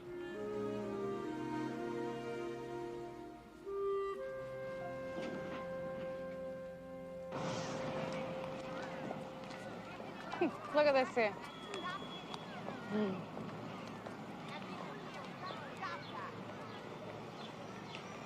I was wrong about everything. Yeah. And I blew the collar. Sergeant Hotshot sure got her wings clipped, didn't she? Yeah. Lieutenant Johnson didn't exactly rush to our rescue. Did you expect him to? Well, yeah. I didn't expect an oral reprimand. Not from him. Chris, the man may have hinted at lying, but he didn't actually say it. He didn't entrap us.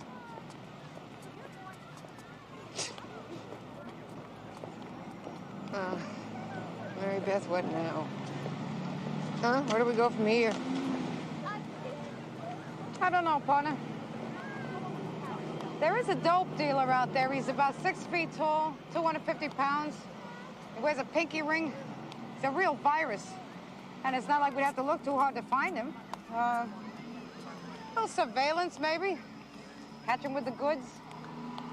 If you're game. Hi, ladies. Take a pamphlet. Thank you. Thanks. You're welcome. Bye-bye. You know, I've never even been to the Statue of Liberty. I've lived in this city most of my life.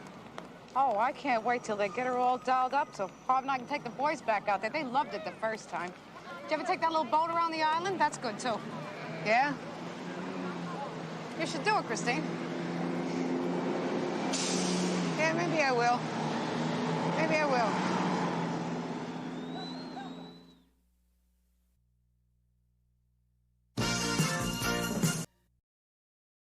I didn't know your niece was coming for a visit.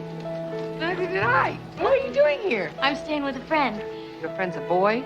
He's a man. Pete and I live together. What do you do when one of your kids springs a big surprise on you? My kids aren't old enough for that yet. Why do you hate it that I want to be like you? I don't. Bridget is a very stubborn child. A niece of yours? You're kidding. I am trying to help you, damn it. I don't want your help. I don't need your help. I don't know what to do. Everything I think of seems wrong. Welcome to parenthood.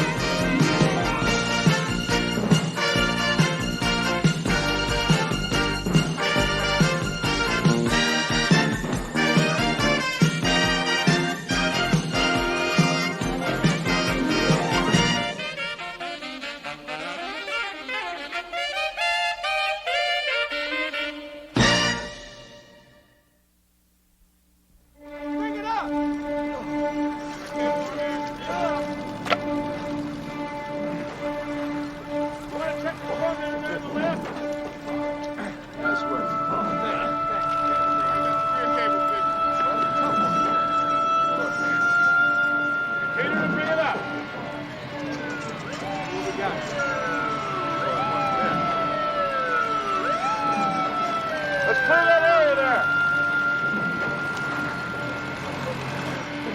Bring it up. Let's do it. All right. Easy, easy. Yeah, I see it. How's that? All right, move around. Easy.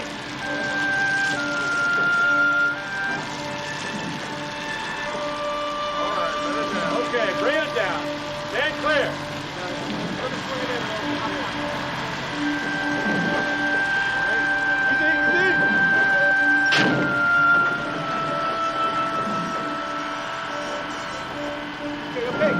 Good.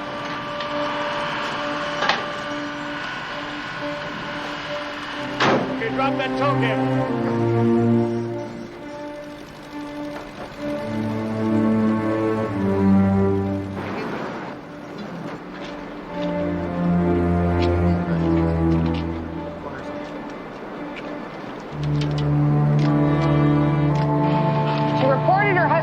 missing 2 days ago. A man in his 60s. The car matches her description. All I'm saying is, Lieutenant's going to want a positive ID. So we'll take Mr. Sikorsky to the morgue. I'm not the one you have to convince, Christine. Small caliber bullet back of the head. It's a dead giveaway, if you'll pardon the pun. Not your average homicide. What is? You can look it up. Los Angeles has more beautiful women per square inch than any other city in America. I didn't know your niece was coming for a visit. Neither did I. You know, ever since Duke Wayne died, I've had this connection to the West. Sometimes he even goes to Central Park just to smell the horses. And Chris! Hi. Hey. How are you, Mrs. Lacey? I'm fine. How are you? What are you doing here? I'd say she's dressing up the place. Well, it's about time somebody did. Somehow I feel the two of you have not solved all the crime in New York. I think that's a gentle hint from our sergeant to get back to work. It was a real pleasure. Well, let's talk horses sometime, okay? It must be fun working with those guys. Fun, yeah. A 3-letter word doesn't describe it. What are you doing here? When you came to L.A., you told me I should travel more, remember? Is this it? I'm staying with a friend. Why didn't Brian tell me you were coming? I could have gotten tickets to a show and stuff. Listen, I got to meet my friend in about 20 minutes, but we wanted to know if you would have dinner with us tonight. Let me take you two out to dinner. Nope, it's all settled. Dinner with us at 7:30. Okay. Great. Okay, well, the address is 617 Barrow Street. All right. That is in the village. Right. Number 5. Okay. So I'll see you tonight. Yeah. Oh, good. Oh, Gus, it's good to see you. Oh. Be careful out there. Oh, and Chris, you know how my dad is, and I didn't want him to worry, so I told him I was staying with you. Bridget. Christine, we have a message here. Mrs. Sikorsky, she wants to know if we found out anything about her husband.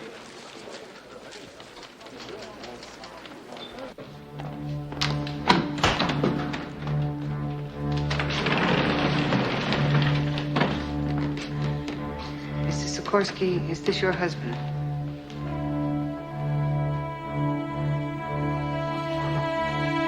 Is Matthew Thomas Sikorsky? Yes, it's my father.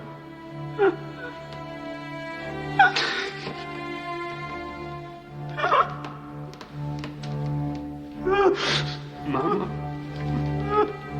Mom.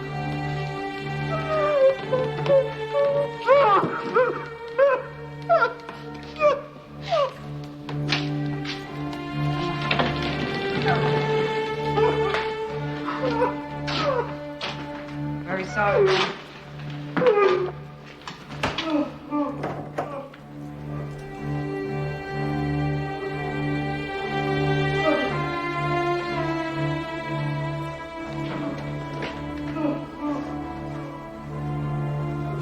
Sikorsky had to be into something, Mary Beth. Mobsters only kill each other. He was murdered. Doesn't automatically make him dirty. And one we find he was. Just because he was in a union? Matt Sikorsky led his local. He had a lot of power. And a clean reputation. I'm telling you, we can link Sikorsky to organized crime.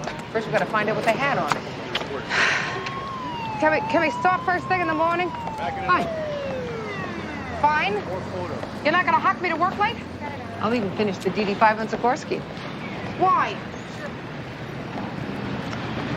Because tonight, I think you should be home on time. Why? Because there's a surprise waiting. You know how I feel about surprises, like surprise baby showers. Mary Beth, you've been talking about your mother-in-law being sick and how you and Harvey have been running yourself ragged between the baby and the work. Yeah? Well, I missed your birthday last year, and you wanted me to buy the baby many presents, and, well, after all, she is my namesake. What exactly are you trying to tell me here, Christine? I am trying to tell you that you, Mary Beth Lacey, are the lucky recipient for the next week of a genuine English nanny. My treat. A nanny? Audrey Lancaster, NBNA. Excuse me? NBNA, National British Nannies Association. Oh, Mary Beth Lacey, NYPD. Oh, yes, your husband told me you were a police officer. What an exciting occupation. Yeah. Well, Yeah. Mrs. Lancaster came over right after you left this morning. I thought it must be some mistake. she's a present from Christine. Yeah, I called the agency and found out. How about that, huh? What is that you're feeding her? It's my own special recipe. Whole wheat cereal, pureed prunes, and a touch of arrowroot for the digestion. Well, she never had arrowroot before, and prunes are not her favorite. Well, she seems quite pleased with it, Mrs. Lacey. Hi, Mom. Hi, sweetheart. You were right, Mrs. Lancaster. It was the square, the hypotenuse. Well, of course it was, Harvey. Geometry is simply a matter of logic. Well, I guess I better start dinner. Well, I'm not hungry, Mom. Me neither. Mrs. Lancaster made us tea. A cup of tea wrecked your appetite. Yeah, it's what you call English high tea, Mary Beth. Tons of stuff to eat. Like the army, a family marches on its stomach, and a good nanny makes sure everyone is well fed. How come you never make scones, Mom?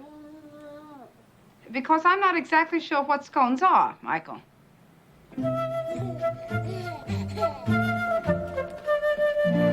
My dad called you? He called you at the police station? I would have called him if he hadn't. What'd he say? He was not thrilled. He said I could go to New York. Mm-hmm. This summer with your mother. With my mother. When you were my age, you were in Paris by yourself. Yeah, well, I made the mistake of bringing that up, too. It's not costing him anything. I'm spending my own money. Bridget, your father is upset because you left without talking to him. I left him a note. He didn't want to listen to anything I had to say. So I gathered. So I told him to use the time you're here to cool off. And then when you go back, you two can straighten everything out. I'm not going back. I'm not going back to L.A. Well, Bridget, you can't stay with your friend forever. Pete and I live together. Your friend's a boy? He's a man. Well, you're 11 years old, for God's sake. And Chris, come on. Besides, you're the one that got us together. Got me the wetsuit. I went surfing down at Balboa, and Pete's band was playing a gig down there. Sort of zoned in on each other. If a visit freaks my dad out, can you imagine what he'd say if I lived here? How long did you plan on keeping this from him?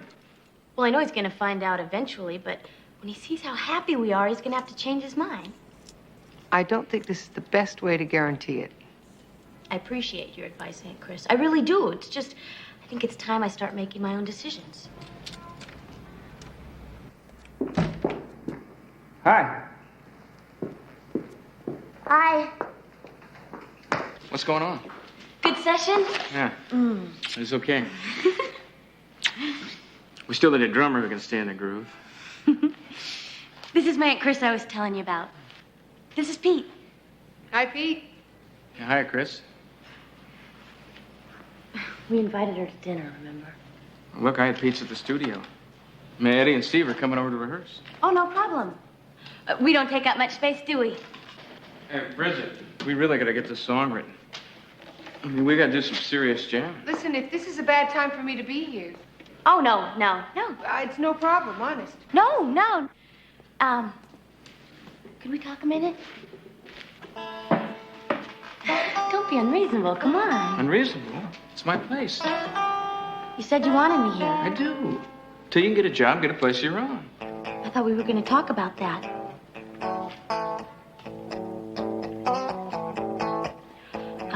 Aunt Chris.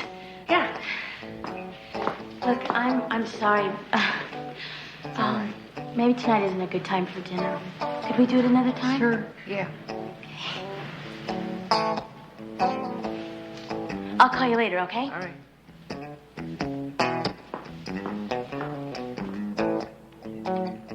I thought we were going to talk about this. I was real upfront with you, Bridget. It's not like we're living together.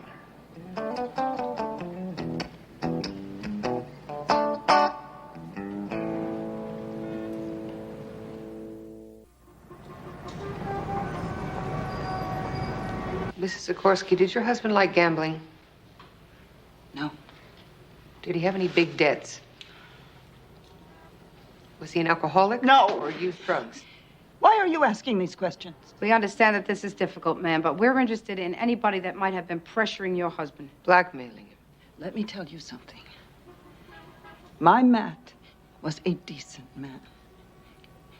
He wasn't a saint, but he never did any of those things you're talking about. Well, he may not have wanted to tell you. My husband was murdered. Somehow, to you, that makes him guilty. Sergeant, please. My mother's been through enough. We're doing our job, Mrs. Sikorsky. I'd like to lie down.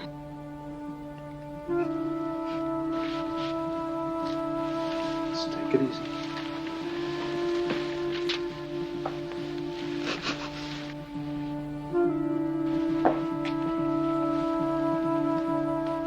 I'm afraid you'll have to talk to her when she's feeling better. The son is very protective of the mother. Looks like a close-knit family. Congratulations. After lunch, I want to check Sikorsky's finances. Okay, what do you want to eat? Deli or the falafel stand? Oh, I've got to meet you back at the station. I'm taking Bridget to lunch. Oh, is everything all right? Yeah, it's fine. Mary Beth, what do you do when one of your kids springs a big surprise on you? How big? Major. My kids aren't old enough for that yet, thank God. I tell you, you're in for something. Taxi!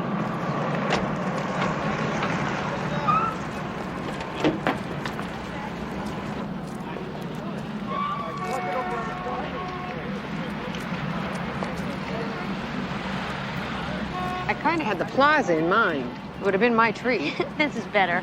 I can't see New York from a restaurant. I like being in the middle of things. Well, you came to the right place. Pete comes here a lot with a band. Says it puts them in touch. Okay. So, are we going to talk? Absolutely. I need your advice. Sure, go ahead.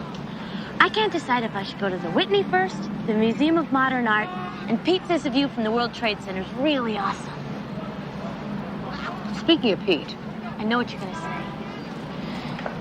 You didn't exactly get a great first impression of him last night, but Pete's going to be a big star. He's just got a lot of heavy stuff going down now.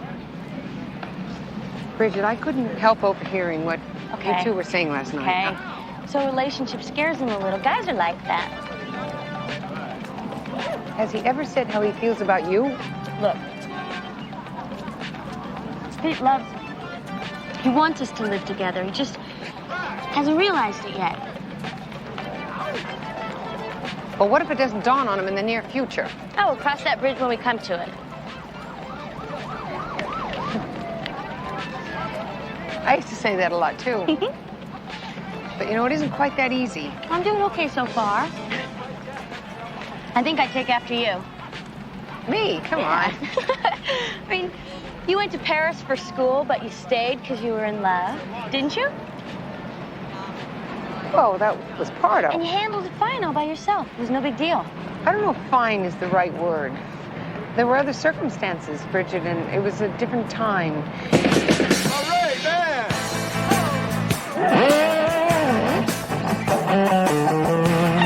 Come on, this is gonna be rad.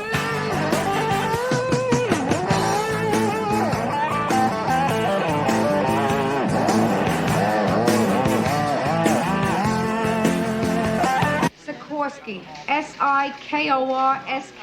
We need it as soon as possible. You got it, Detective. Thank you. How was lunch? Loud. Damn it, Newman. Don't you ever stop acting like a hot dog. Never. You want to get together and talk about buns? No press. All right, Newman? I'm not in the mood. Alas, neither am I, but I have something hot for you, Cagney, besides my body. Excuse me? Certainly not your mind. I just broke the Mannheim case. Please, no applause. My informant also has something very interesting about a man named Sikorsky.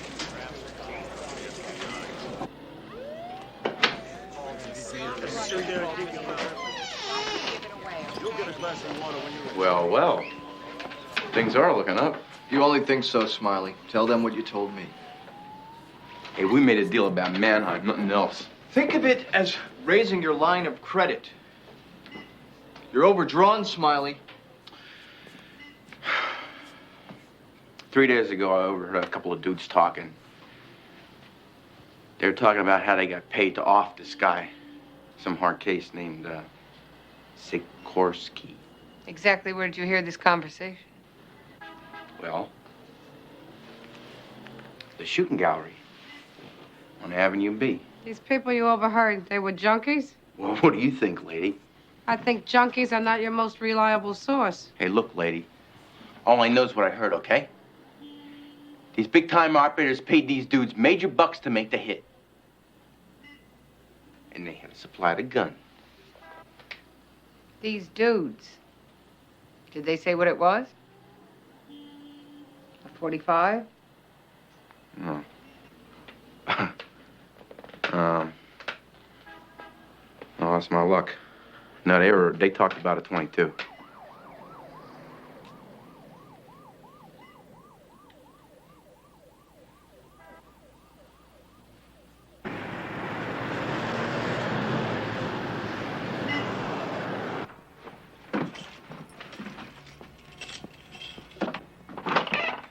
Good evening, Mrs. Lacey. I hope you've had a pleasant day. Fine, thanks. Can I come in? Where is everybody? Well, the boys were perfect angels and went to the market for me. And Mr. Lacey and Alice Katrina having a nap in the other room. Oh. Gee, what's cooking? Well, Mr. Lacey seemed so tired that I said I'd prepare supper for him before I left. It's Lancashire hot pot, bubble and squeak, and Bakewell tart. Beg pardon? Lamb stew, cabbage and potatoes, and pudding for dessert. Oh? Sounds delicious. Well, I'd better be on my way. Oh, no, don't rush off. We could have a chat. Sit down. I'll make you some tea. Thank you. Low tea. Oh. So, you're from England. That's right. I always wanted to see Westminster Abbey. And the Tower of London. Well, they're really rather damp, actually. Which part are you from? I beg your pardon? Which part of England did you grow up in? Oh, my family came from Suffolk. But of course, I've lived on many estates as nanny to noble families. No kidding. Which ones? Well, a complete resume is available at the employment agency. But I'm proud to say that my last post was with the Countess of Hargraves. And before that, I raised the children of the Earl of Nottingham. Oh, where do they live? In Nottingham. Of course. Nottingham. Hum. Could you please tell me, what is it that bothers you about her? I don't know. I mean, she's very nice, and Lord knows she's terrific with the kids. Yeah, so? Something is not right. Could you give me a hint? Okay. The way she does things for you and me, she sometimes straightens up even when the kids didn't make the mess. She cooks. That's bad. In England, a nanny takes care of children. She's not a cook, and she's not a maid. I saw it on Masterpiece Television. That's it. That's why you think Mrs. Lancaster isn't kosher.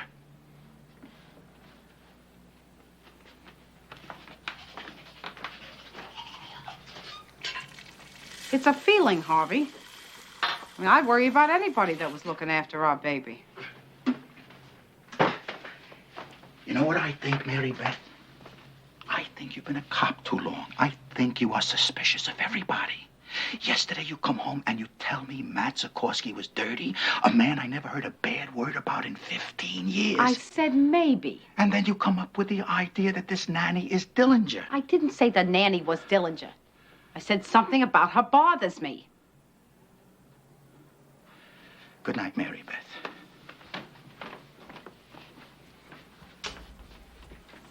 Yeah.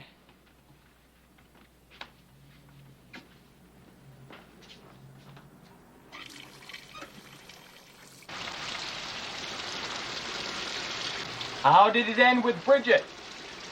Damned if I know. All she wanted to do was talk about museums. Interesting. What did you do? What could I do? I recommended the Rembrandt sketches at the Met. Cagney, I love two things about you. Your grace under pressure and your water pressure. It's very funny coming from a man who's all wet with no clothes on.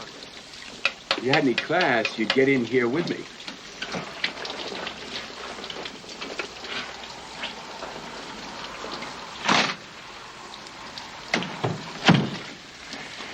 Cagney, you are one classy broad. New York's finest.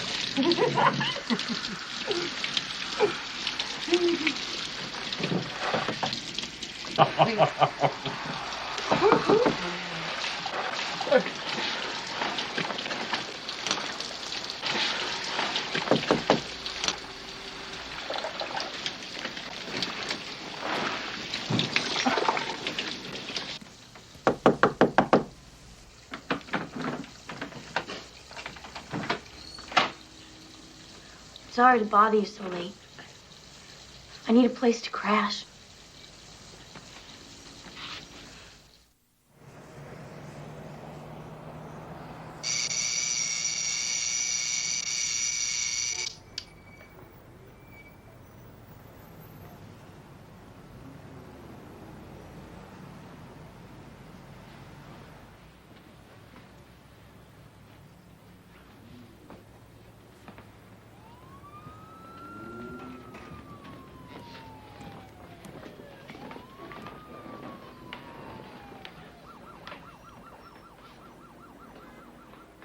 Morning. Hi.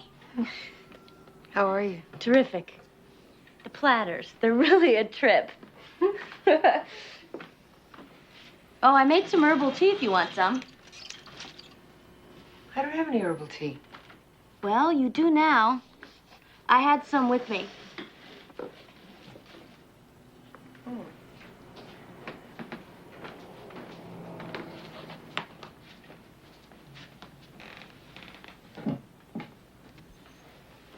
Want to talk about it? I'm fine.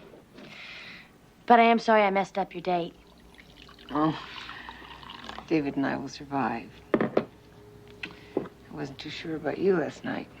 Well, you win some, you lose some. Pete kind of got rained out. So, the want ads are definitely the best cure. What ads? Well, I'm not qualified for much besides waitressing, but if I make enough good tips, I can put some away each week towards my own apartment. Here in New York? Well, I probably can't afford Manhattan, but one of the guys in Pete's band told me that Brooklyn and New Jersey are cheaper, so I wouldn't have to stay with you for more than a couple months. Bridget, I don't think you thought this thing out. I know it's an inconvenience, but I'd be happy to help with the cooking and I'd be happy to pay rent. Matter of an inconvenience, honest. What about your parents? You haven't called them. Well, I'll have to get used to the idea. New York is where I should be right now. So what, you giving up Stanford altogether? I know I'm doing the right thing. Getting out on my own. It's the same thing you did, Aunt Chris. Oh, gosh. Do you want to use the bathroom first? No, go ahead. Thanks. I want to look good for the job market. I think it's an excellent idea. Don't ask.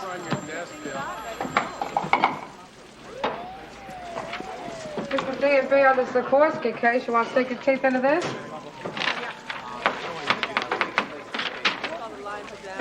No major creditors? He and Mrs. Sikorsky owned their own apartment. They had savings in cash and bonds and his pension from the union. So comfortable but not rich. Looks like a dead end, Chris. Sikorsky wasn't selling dope. Two junkies were paid to hit him, execution style. It's a warning to other dealers. Sikorsky probably did business in cash. Just makes it harder, that's all. How's it going with the nanny? Fine, Christine. A very generous present. Thank you. I love Mrs. Twombly.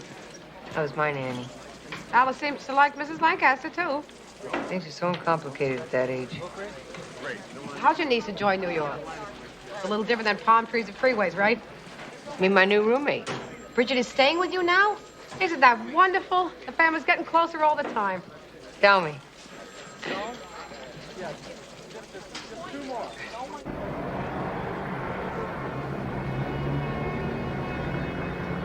Believe me, there wasn't a guy in the union that didn't look up to Matt Sikorsky. I'm telling you, you're wasting your time looking for dirt on this guy. So we've heard. We'd like to look anyway. Well, be my guest, but I'm telling you, you won't find anything. Not a thing. Most of these are thank you letters for favors he did people. I bet the Godfather gets a lot of those, too.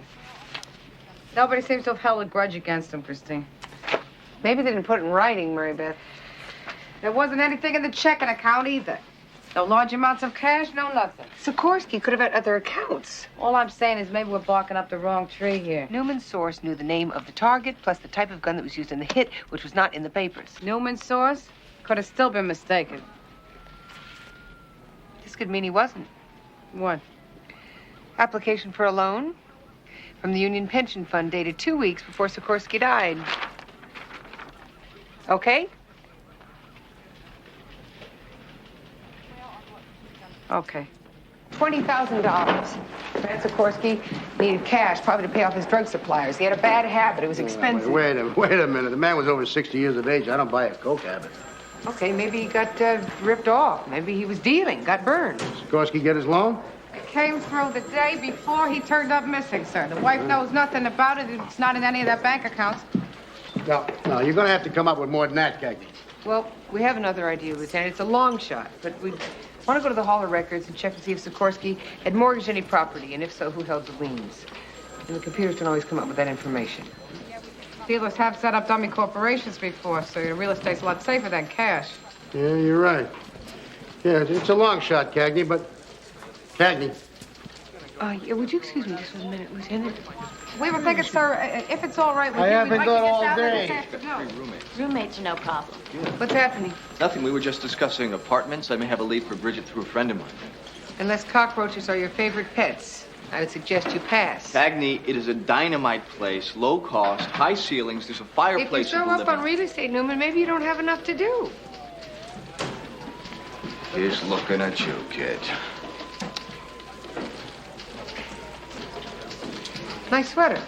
Oh, I'm sorry. I know I should have asked before I borrowed it. I wanted to look good for Pete. I thought you and Pete had broken up. We might be seeing each other again. You look very happy about it. My dad called. We had a big fight. All he can do is yell at me. Bridget, he's worried about you. He acts like I'm 2 years old. I hate it. I'm never gonna talk to him again. Cagney, I don't have all day. I got a meeting with Nelman. I'll be right there, Lieutenant. Why don't I show you where the ladies' room is? Oh, no, I'll be okay. I didn't know you were so busy. Bridget, look, I'll talk to you later, all right? Chris, you gotta call my dad. He said he was gonna come to New York and get me. You gotta talk him out of it. Cagney! Thank you, Aunt Chris. I'll see you tonight. The lien holder should be listed under the buyer on the deed. We file chronologically, not alphabetically. Great. Just great. Don't blame me, sweetheart. I only work here. Are you saying that we have to go through the records year by year and then do the same with every other county we want to check? You got it, but not today. It's 4:30. What? You saying we have to come back here tomorrow? Ain't life a bear? Good night.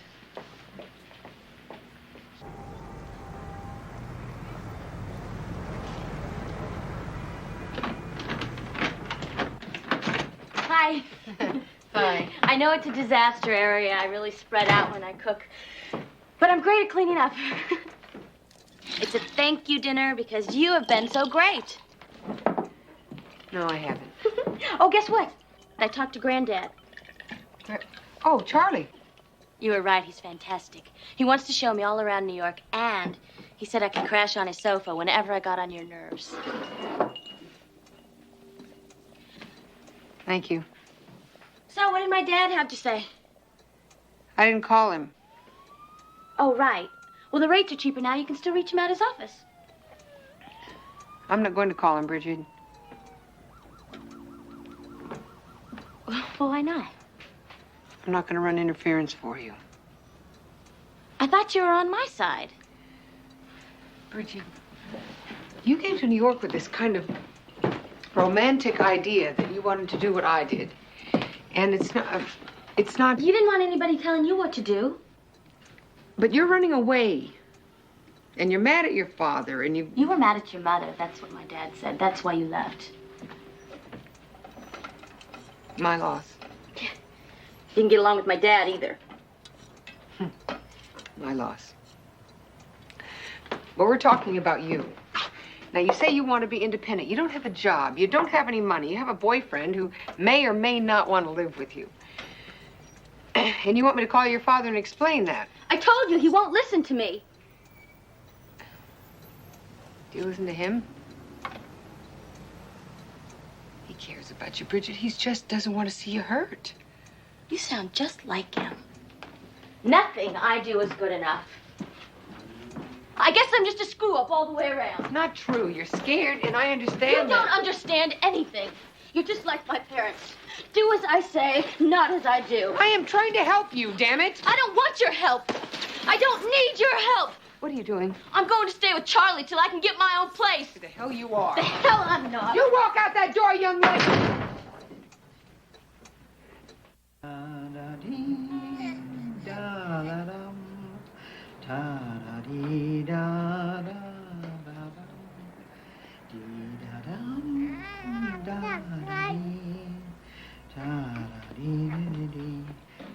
Oh, Mrs. Lacey, I thought you'd left already. I got a little extra time this morning. I'm meeting my partner downtown. You know, you have been so good with Michael, helping him with his reading and all. He asked me to take him down to the library last night so he could get another one of those Rudyard Kipling books. I was waiting for him to pick out the one he wanted, and I got a little curious. So I looked up the Earl of Nottingham. I think his kids must have been a little old for you to take care of. Since the last Earl of Nottingham died in 1858, there wasn't any Countess of Hargrave either. Oh, Mrs. Lacey, I'm so ashamed. I've never done anything like this in my life. Oh, Lord. Here, have a tissue. Oh, thank you. A good nanny always has her own hanky. You've been taking care of our daughter under false pretenses, Mrs. Lancaster, and I would like to know exactly why. I meant no harm, Mrs. Lacey. Really, I didn't. Oh, I can show you all the references you like, all perfectly genuine. But they're not from the peerage. What is that, some kind of nanny clearinghouse? The peerage is the British nobility, and I'm afraid I've never worked for them. I cared for the children of businessmen and the professional classes. So why did you tell me you worked for an earl? Well, if you'll forgive me for saying so, Mrs. Lacey, most Americans are snobs. And I was told they would never hire a woman of my age unless she had been nanny to the nobility. I apologize for any inconvenience I may have caused you, and I fully understand that you'll want to give me the sack. What sack? Terminate my employment. Oh, well, I don't think we have to go that far. You do have references. Oh, yes. And you've only got 2 days left anyways. You're really very kind, Mrs. Lacey. Besides, Alice is getting quite attached to you. And no wonder. You're wonderful with her. I maybe could write a recommendation myself. I mean, we're not exactly royalty here, but the New York City Police Department should stand for something. I don't know what to say. You don't have to say anything, ma'am. Ma'am is for the Queen, Mrs. Lacey. Why don't you just call me Audrey? Only if you'll call me Mary Beth. So, be my guest, Audrey. With pleasure. Mary Beth.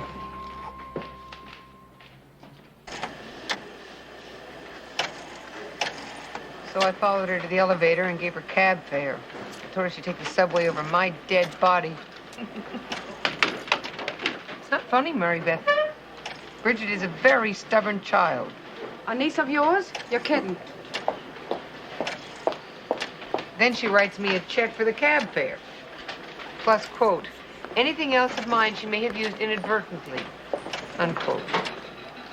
Yeah, Harvey Jr. once wrote up a paper saying he was tired of doing his chores and we should hire a maid and he would pay us back when he graduated college. This is a little more serious than that. Yeah, I know. Did she get to Charlie's okay? Oh, fine. She's already got him eating out of her hand. And there's Brian. He may show up at any minute. You gonna call him? I don't know what to do. Everything I think of seems wrong. Welcome to parenthood. Pay dirt, Mary Beth. Over here, look. Look. March 1981, Sikorsky bought an office building on the east side under the name of Sitcorp. He bought another one in July, downtown. That's where he's hiding his drug profits. Has to be. You must be mistaken. You think I wouldn't know if my husband bought a building? Your name was listed as an officer of Sitcorp. Your husband invested hundreds of thousands of dollars under that name, didn't he? We never had that kind of money. My God, you can see how we live. Your husband mortgaged over $500,000 worth of the corporation's property. Do you know why? I don't know about any corporation. Are you denied before that your husband had a drug habit? Are you sure that that was the truth, ma'am? Yes. I lived with a man for 30 years. He loved me. He didn't lie to me. Then you must have known he was dealing drugs. No. Matt would never touch that poison. Sergeant, I don't like this. Well, we either have to do it here or downtown, Mr. Sikorsky. Who's your husband working for? He worked for his union. Nobody else. Mrs. Sikorsky, we need your help to find your husband's associates, ma'am. Don't know what you're talking about, and I have told you that already. Mom, it's all right. Just take it easy. Mr. Sikorsky, we don't like asking these. Then stop it! questions. Just stop it! Who do you think you are? Who the hell do you think you are? We're citizens. We pay taxes. We have rights in this country. I mean, this is not some banana republic, is it? You can't come in here and push my mother around like this. I have friends, you know, high up, very high up, and I can have your job so fast, lady, your head's gonna spin. You hear me? You think you know everything? No, you don't know anything. My father dealing drugs is the most ridiculous thing I ever heard. Drugs? My father? My father was the greatest guy in the world. The greatest guy in the world. So what do you think, my father was someone who was keying snow? We never considered you, Mr. Sikorsky. You set up that phony corporation, not your father. All he did was borrow $20,000 to get you out of trouble. You probably never even told him what it was for. You must have been working for some big-time dope dealers for them to put out a contract on you. They killed your father by mistake, didn't they? Right after he gave you the money to pay them back. That's crazy. Is it? Yes. No. No. It's the truth, isn't it? Someone else pulled the trigger, but you killed him. His own son.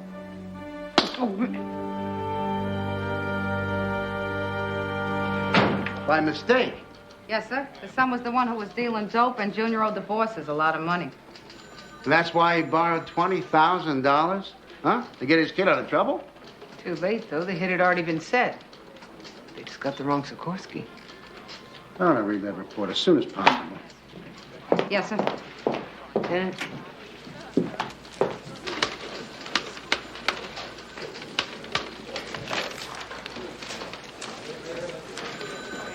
You want to sign this?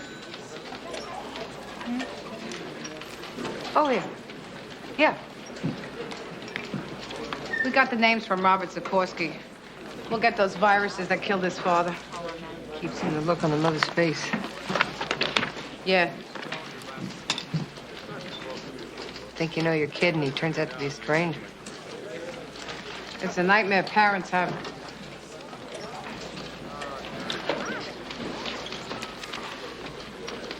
There's not much paperwork left here. I'm gonna take off early, okay? That's okay by me.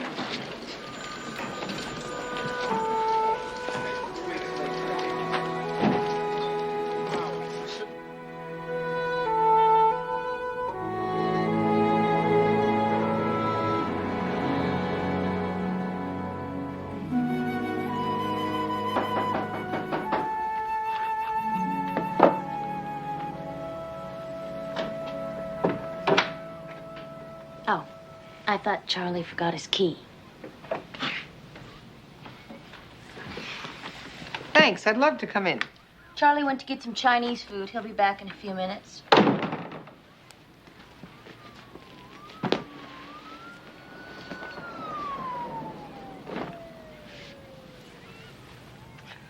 Look, I don't know whether or not you believe me, but I care about you. Now, I may not be very good at this, but I think you owe me a shot.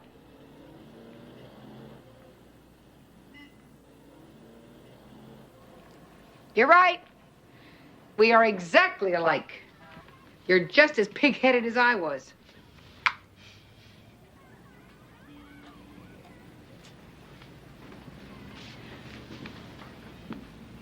Bridget, I like my life, and I like the choices that I've made. But you got the wrong idea if you think that everything was perfect.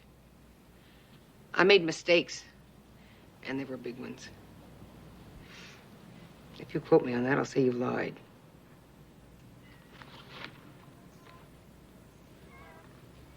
I didn't think I could talk to my mother, so I went off to Paris. And if I could go back and change that, Bridget, I would. Charlie was showing me pictures of her. And you. Why do you hate it that I want to be like you? I don't. I like it. But you can't live my life. And you can't run away from yours. I hated Stanford. I'm not going back. Well, then make another choice. Get a job. Earn the money to travel. But do it because you want something. Not because you're running away. I can just see you trying to tell that to my father. He expects too much. I used to think that my mother expected too much, too. Christine, you are not living up to your potential. Sound familiar? Yeah. Yeah. But I think that she did that because she loved me. Only I didn't realize it until after she died. Your father is a very kind man when you get to know him. And I think that you love him a lot. I do. Love him. It's just that I don't want to give in. But it isn't giving in. It's growing up, I think. I'm sorry I lost my temper. It's okay. It's hereditary. I'm gonna miss you when I go back. I'm gonna miss you, too. I've gotten kind of used to having you around. I didn't drive you crazy. I didn't say that. But I'll miss you. Don't worry. I'll be back. Okay.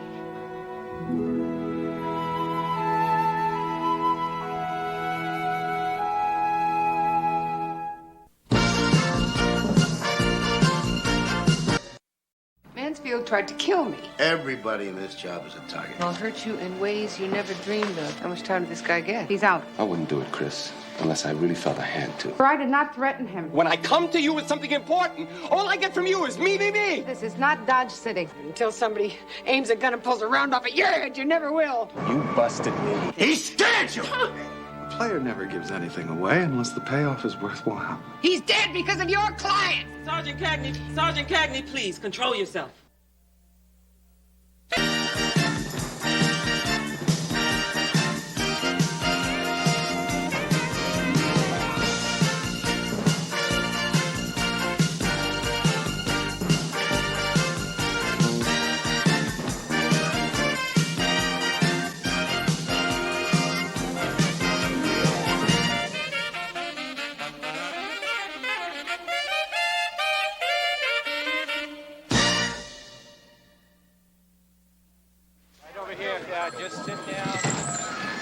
Coleman, meet the scourge of Central Park. This little pishika here is 61 purse snatchings in 3 weeks? Yeah, and only working after school. Faverty, Yeah? keep an eye on young Dillinger here. I'll phone Juvenile and make a reservation. Messages? Yeah, guardian angel of the guilty code. David Keeler's got principles, Coleman, something that, of course, is totally foreign to you. Wrong, Cagney. I had a great one in the 7th grade. Mr. Gargilio.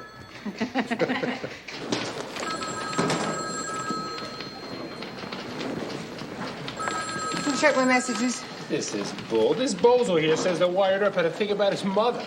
Your cowboy course sounds like complicated stuff. Oh, they were complicated men. Any of them making it with their school mom?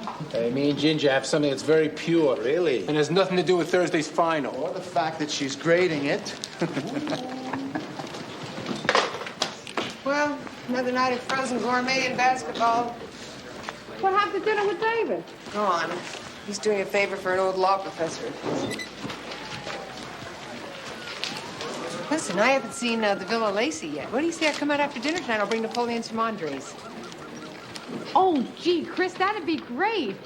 Only Harp and I are having a little celebration. He got that remodeling contract, the whole floor of dental offices. Enough said. And Muriel and I sent the kids over to her place so that he and I could be alone together. I understand. Tell Harvey I said congratulations. Yeah, but any other time, Christina. Tomorrow, maybe. Whenever. Just tell Harvey I sent my best. You sure? Yeah. Okay, see you tomorrow. Okay. Mary Beth, wait a minute. If I waited to wrap this, Alice would be too old for it. What is this? It's a present I brought Alice Christine. Ta-da! It's a baby bouncer. It is. That's what they call it. Look, see? Wait. Oh. You hook it over a door, and then, yeah, she stands in it, and it promotes coordination. Well, thank you very much, Christine. Oh, Lauren loved hers. Alice will go crazy. Ooh, can I try it? Look, Chris, why'd you come out tonight anyway? No. Why not? I'm not going to be the third wheel in a romantic evening. Go. You sure? Oh, all right. All right, then. And thank you so much for this, Christine. This was sweet. And Victor, good luck on your finals tonight. I know the hard part about night school is finding time to study. Not only that, it's finding stuff to study that won't make you sick. Good night, Victor. Good night, Chris.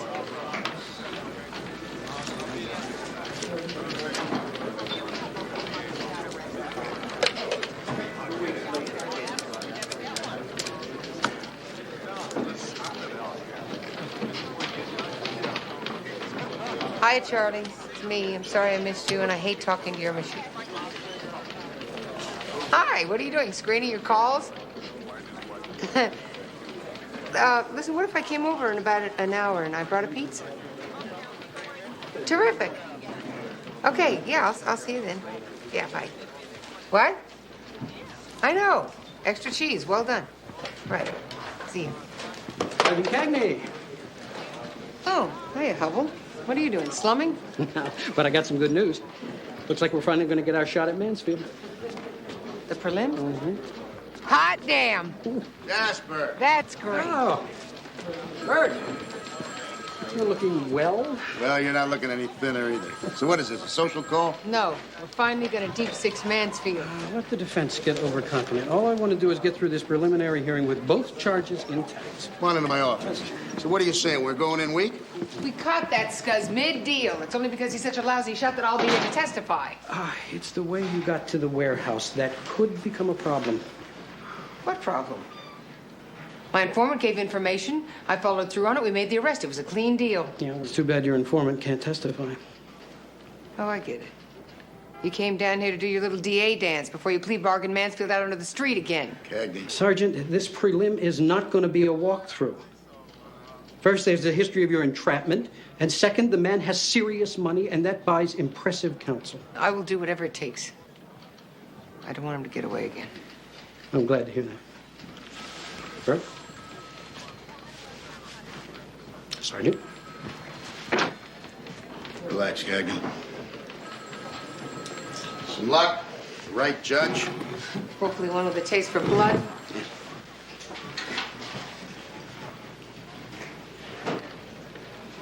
Want to have a cup of coffee? Good idea. I know that you Blame Mansfield for the death of your informant. Well, maybe he didn't shoot Hector himself. Sure as hell killed him. You know, if you get too hot over your personal stake in this, you're gonna lose sight of what we're really trying to do here. I understand that, Lieutenant. I just want to see Mansfield's butt kicked all the way to Attica. Mm-hmm. Chaim. Here's your lady.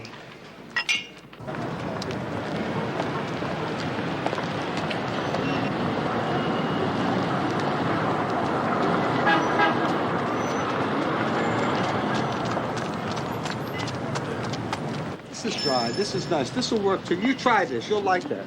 Good evening, ma'am. How are you? Good. How about yourself? See what you want? I don't know. What would go nicely with London broil and scalloped potatoes? Personally, I like cream soda. But you came in for wine. Okay. I got a red for you, as dry as the Sahara, and you don't have to be a sheik to pay for it. I also have another beauty here. Ah, here she is. Collins, wipe these off next, please. You know, we can't charge extra for the dust. Ma'am? I'm sorry, I changed my mind.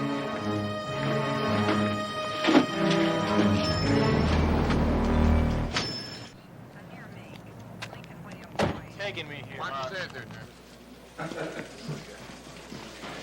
Detective Aspermani. Yes. I'm David Keeler. Remember me? I just called. Oh, yes, David Keeler. Hi! Hi. How'd you know I'd still be here? I wasn't sure. Had to go with your professor. All through? Well, he told me what he wanted. I wish you'd have called him, because I'm on my way over to Charlie's for a pizza. Listen, Chris, I need to talk to you. Want to get together later? We need to talk now. Okay. Sit. Talk.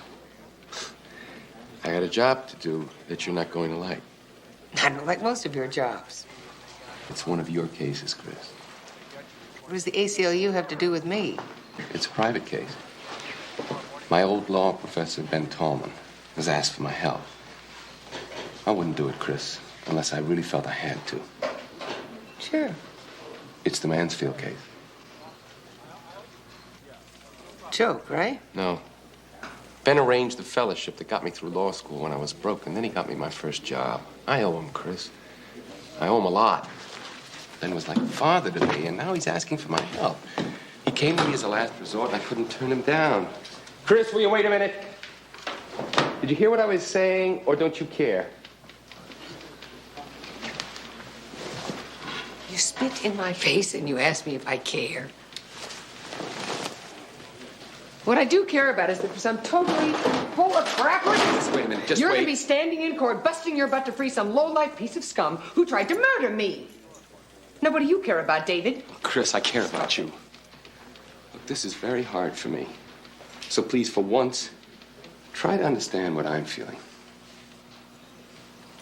Give me something to understand. It's like you and Charlie when he asks for your help. How can you compare my flesh and blood to your old teacher? You love Charlie, and you would do anything for him.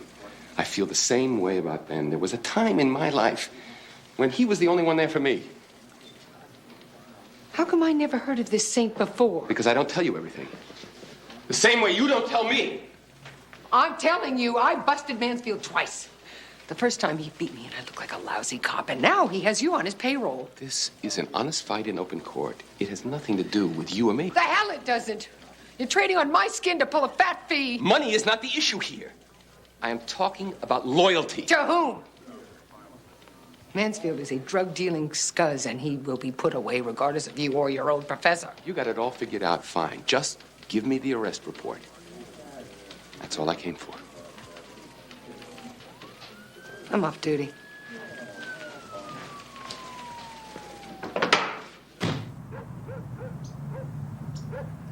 The x-ray equipment, it's real heavy. And the guy I was bidding against never figured any extra floor support, so that's why I got the job. I mean, Mary Beth, you just gotta see the whole picture. What are you doing, honey? You're ruining a great piece of meat there. Everything turned out so bland, Harvey. Are you okay? Harvey, I am so proud of you. You're dynamic, Harv, and people notice that. And that's why things are taking off for you. Oh, no, baby, for us. Honey, do you know what can happen now? Who do dentists hang out with at country clubs? The real money guys. Doctors. And what do doctors do with their money? They put it into real estate and then develop it. And who does that? The contractors. The contractors who they've heard about from their buddies. The dentist. The dentist. Here's a toast to you, Harv, and to our future. And I'm sorry I forgot the wine. I just couldn't make up my mind, you know. Red, white, rosé. Who knows what goes with what these days? Also, I couldn't remember what your favorite was besides beer. We could have a beer. Honey, it's okay. No, Harvey, you deserve a toast. I mean, it's not the same, but it's close. It's alcohol. I mean, it's not water, which wouldn't be the same. Mary Beth, would you calm down? Are you okay? I'm fine. I couldn't be better. I'm so happy about everything, Harvey.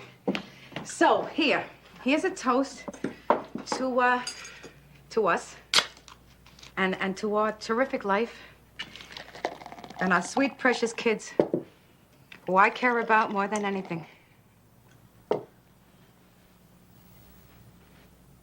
You bet.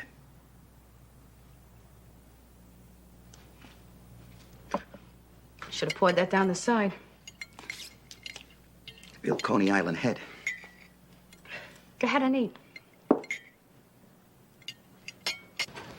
Who cooked it, the old man or the kid? Charlie, how am I supposed to know? The kid.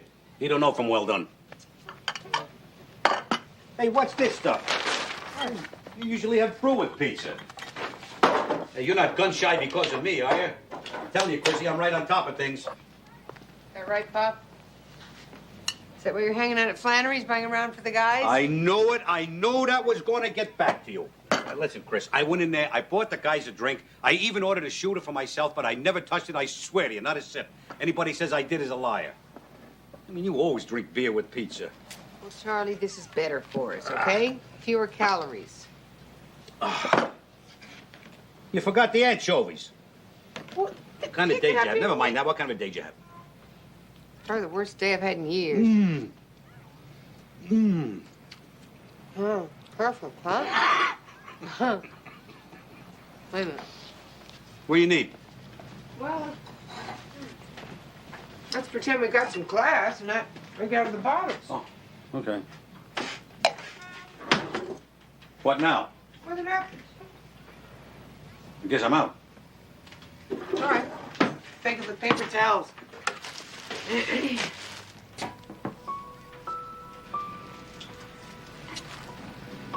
What's the matter? Holy cow. That thing's been back there so long I forgot all about it. Must be all dusty.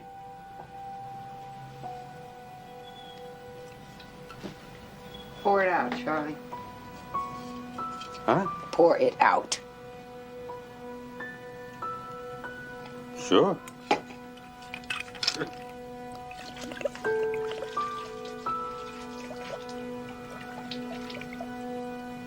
Okay.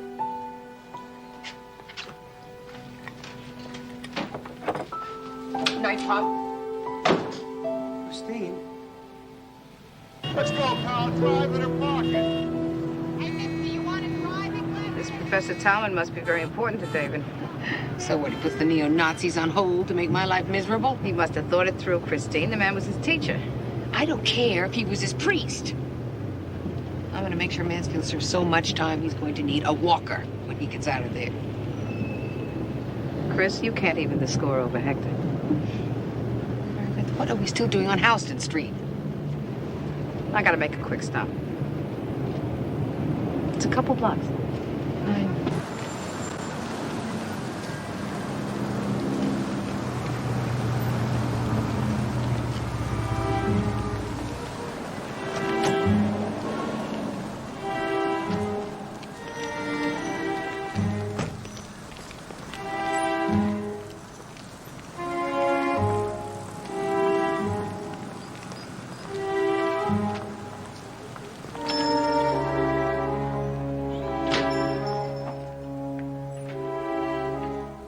Hi. Well, Still need something for the London broil. right, sir. No, thanks. Not. No, not today.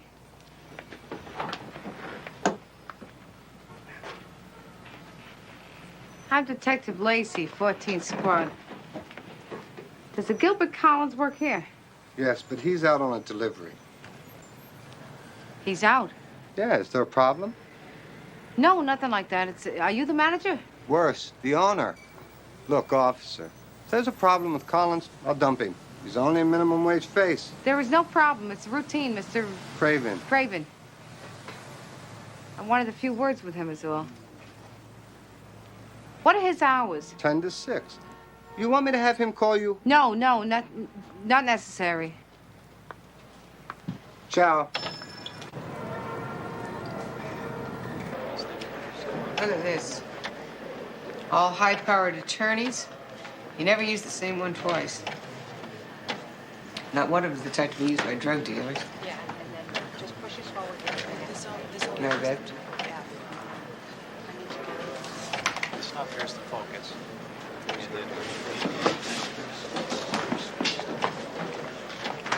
What have you got?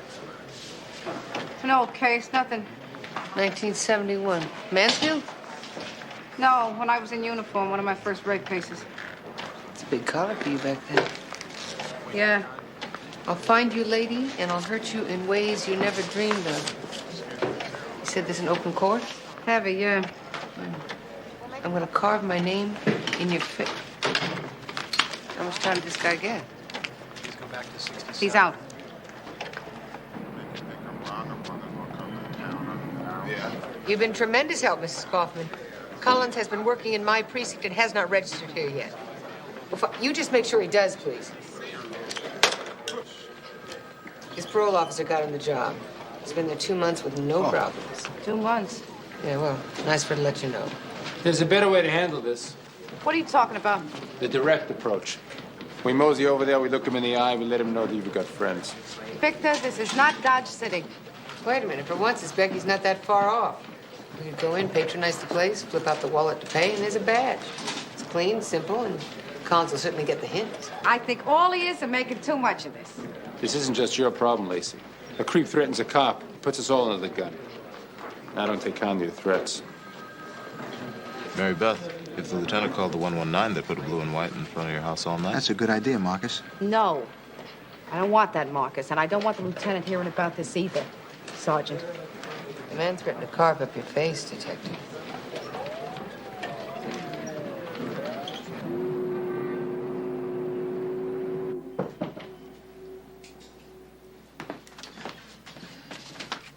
Who is it?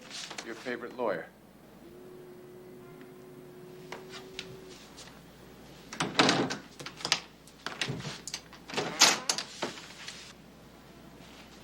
Hello, David. Don't I get invited past the door? I'm getting ready to go Come to on, bed Chris. I deserve at least a couple of minutes.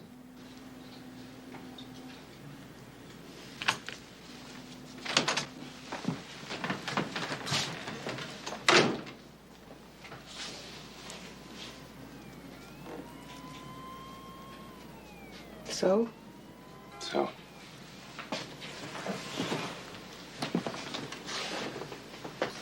Simple truth. I didn't take this job to hurt you or jeopardize our relationship. It's amazing how you managed to do both. This is one of the toughest decisions I've had to make. Yeah, too bad you didn't make the right one. Chris, I'm hurting too. I really care about you. The job I have to do doesn't change that. It does for me. Chris, it's just work, that's all. You understand that me doing this job means everything for Ben Tallman. But it doesn't have to mean that much to us. Taking Mansfield down means everything to me. What about me? Or do you need a father more than you need a woman? Sometimes you're the most immature woman I've ever met. Stop it. Stop it. I'm just sick of your sanctimonious garbage, David. The man tried to kill me, you understand? No, I guess you can't. And until somebody aims a gun and pulls a round off at your head, you never will. Don't wave that combat cross at me. And don't put guilt where it doesn't belong. I'm not the one who should feel guilty here. You were the one who pushed Hector to get stuff on Mansfield until he got himself killed. Well, you bastard. You believe that? Who the hell are you to say that to me? I don't know. I don't know what I am to you. Maybe nothing more than a sex partner. Somebody's gonna pat you on your head every time you have a bad day. But when I come to you with something important, all I get from you is me. Get out of here, mister. Get out.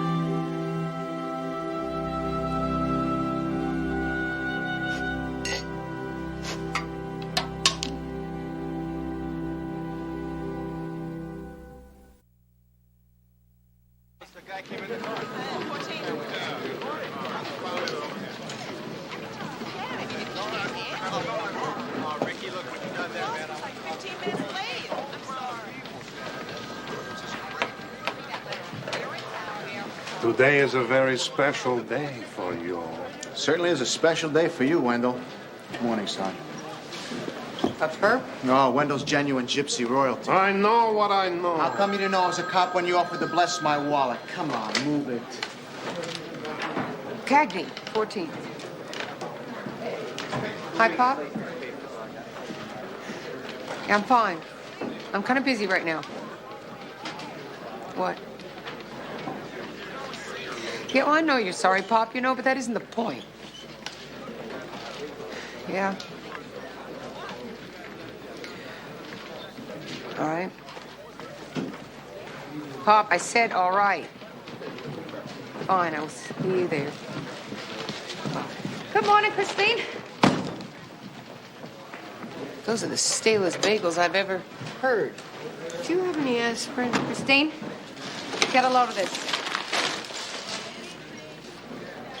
No, doorknobs are for pulling teeth. I need aspirin. The top right-hand drawer, I put a fresh bottle in Friday. Do you remember these? These were on every classroom door in the city of New York. Great. There they were, a whole box of them, outside a store on Canal. $2 each.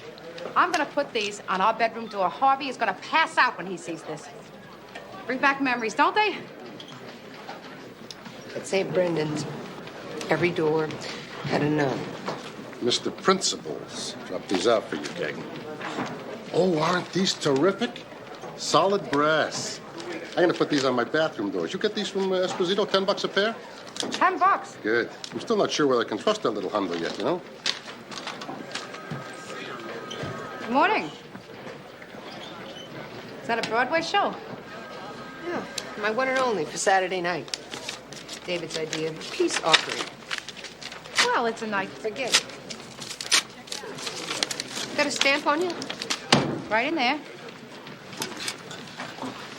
Okay. You better get going if we're going to talk to Hubble before the hearing. I'm really gonna enjoy watching Mansfield take this fall. You're very up this morning. Why not? It's gonna be a good day. I know what I know. You arrest people, he defends people. You have to expect some disagreements. This is more than a disagreement. You know what I'm saying. You and David are still gonna be around long after this Mansfield business is over and done with. Sure. When we get the win, maybe I'll call him up and gloat. Can't be fairer than that.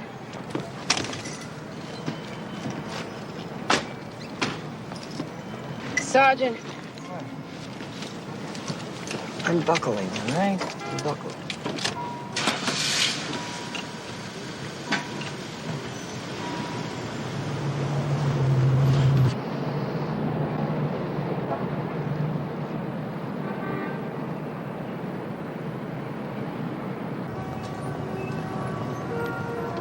Where are you going? If we take the FDR, we could look at the river. You into tugboats? Or boarding that liquor store on Houston Street? I haven't given that a thought since last night. Christine, there was nothing I can do about Collins being around. I am not going to make it worse by thinking about it. Mary Beth, you cannot let that two-bit little creep intimidate you. Now, the more you hide, the bigger he gets, and you know I know what I'm talking about here. I'm not hiding, Christine. If you face him, you can handle him. Yes, Councilor, weather ready. I've got a question about this study. Good morning, ladies. Good morning. Oh, Sergeant, your discovery about Mansfield's choice of past counsels could be very helpful. Good. Trying to plug up any holes that snake might squeeze through. Yeah, well, anything can happen. We got a couple of strong charges here, and I expect a straight-ahead prelim. Excuse me, Sergeant Cagney? Detective Lacey? Yes, ma'am. These subpoenas are for you. Have a nice day. Subpoena deuces, take them. Mr. Talman, want your memo books, ladies? Let's go on in, Sergeant. Judge is prejudiced. Nice touch, David. Very dramatic. You really think it's going to make a difference? Morning, Sergeant Cagney, Detective Lacey. Come on, Chris. The renowned Professor Tolman. Down from your ivory tower to roll around the mud with Mansfield here? Oh, now, as unpleasant as this occasion is, Sergeant, you mustn't forget your upbringing. Unpleasant. Today's the start of a nightmare for you. Oh, you do have a certain girlish charm, Sergeant.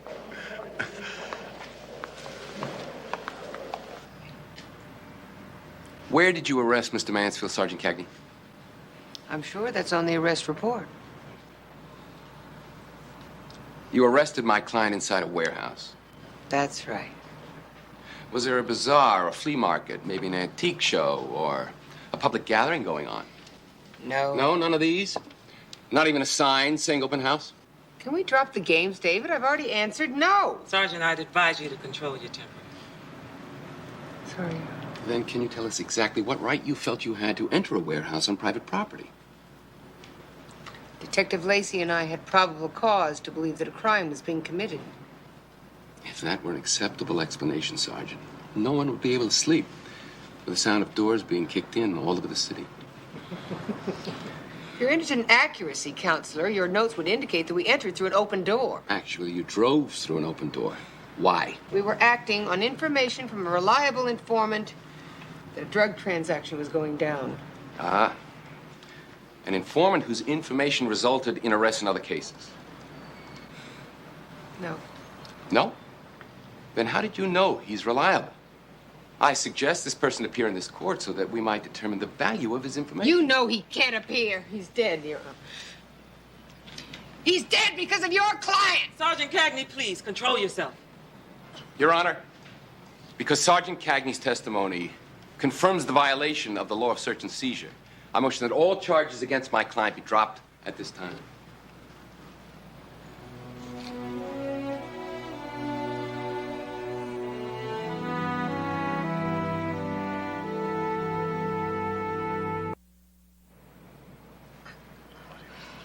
Based on all the testimony, I agree that the narcotics case against Mr. Mansfield has been compromised, and it is hereby dismissed.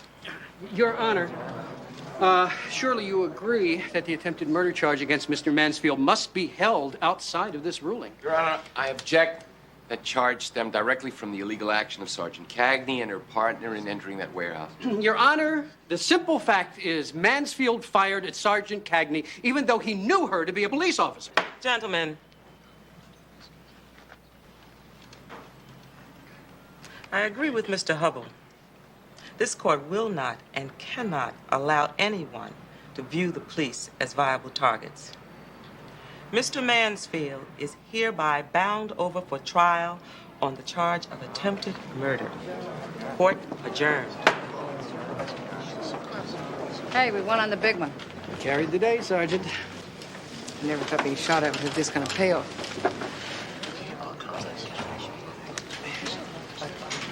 I suspect some type of flea bite.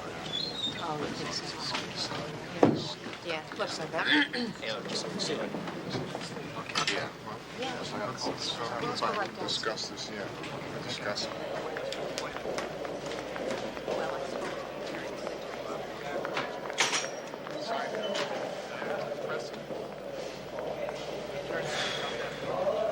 A deal.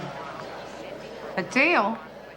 This is attempted murder here. Exactly why the feds knew Mansfield would accept their offer. Wait a minute. I want to know what was said inside that room. It's classically simple. We've got Mansfield, but the feds want an ex-partner of his named Lopez. Man deals more drugs and kills more people than Mansfield, so for a new identity and a place in their relocation program, Mansfield has agreed to rat on Lopez. Criminal economics. A big fish for a bigger fish. In other words, he walks. Well, no, not exactly. Yes, he does.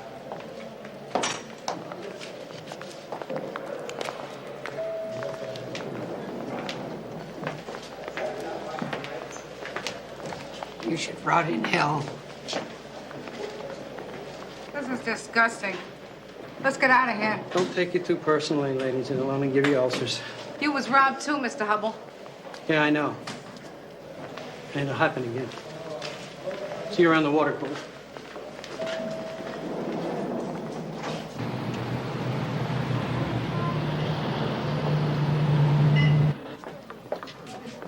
Chrissy. Hi, Charlie. Hi. Oh, I'm glad you could make it. Sorry I'm late. Oh, that's okay. You sure look like the other side scored today. No, we scored. The other side won. That's an old familiar tune. Oh, good. Here.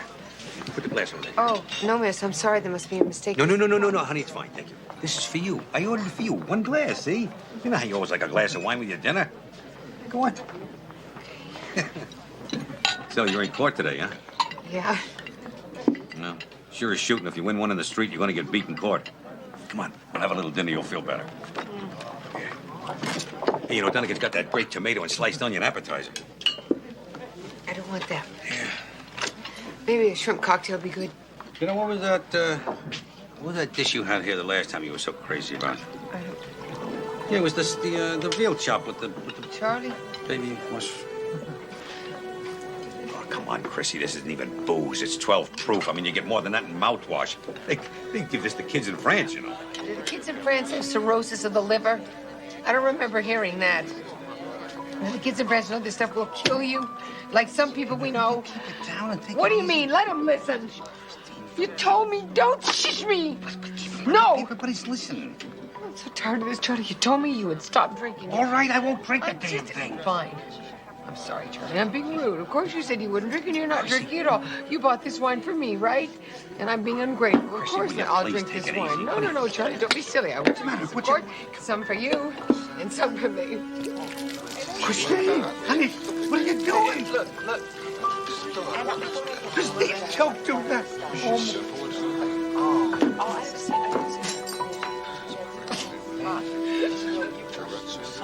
Honey, please.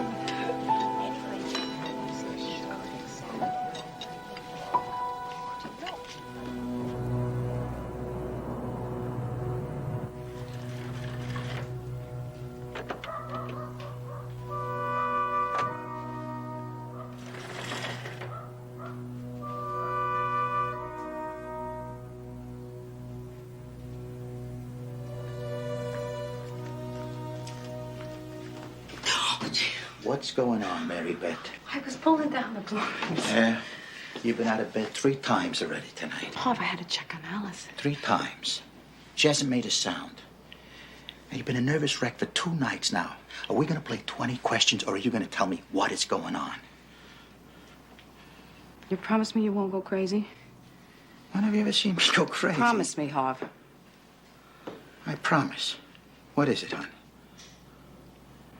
Harvey, perpetrators make threats all the time. What It doesn't mean threats? that they're going to do anything. Who threatened you, babe? Who? Gilbert Collins is out. The pig you collared back in 71 for rape? Yeah. Where is he?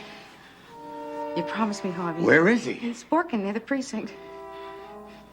I remember what he said he was going to do to you.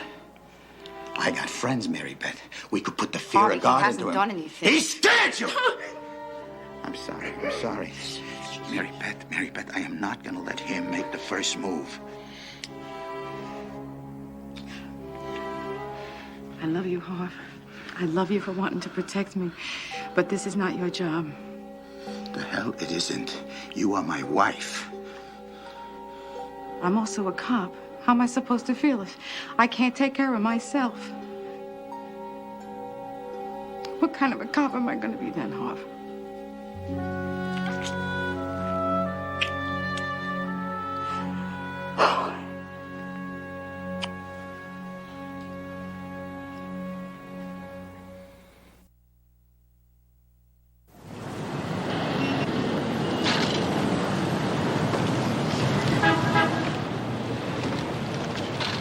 Collins, Yeah? remember me? Should I? My name is Mary Beth Lacey. Lacey. You've busted me. That's right. So what do you want? Sex offenders have to register, Mr. Collins. The 14th precinct, you haven't done that yet. My P.O. called and I am gonna do it. Collins, where's the rest of the apple wine? What's the matter? What's up? Nothing, sir. I have some information for Mr. Collins. What nothing? This is becoming a regular stop for you. Now, if there's a problem with this guy, I'll dump him. No, sir. There is no problem. I'll be 1 minute. You sure?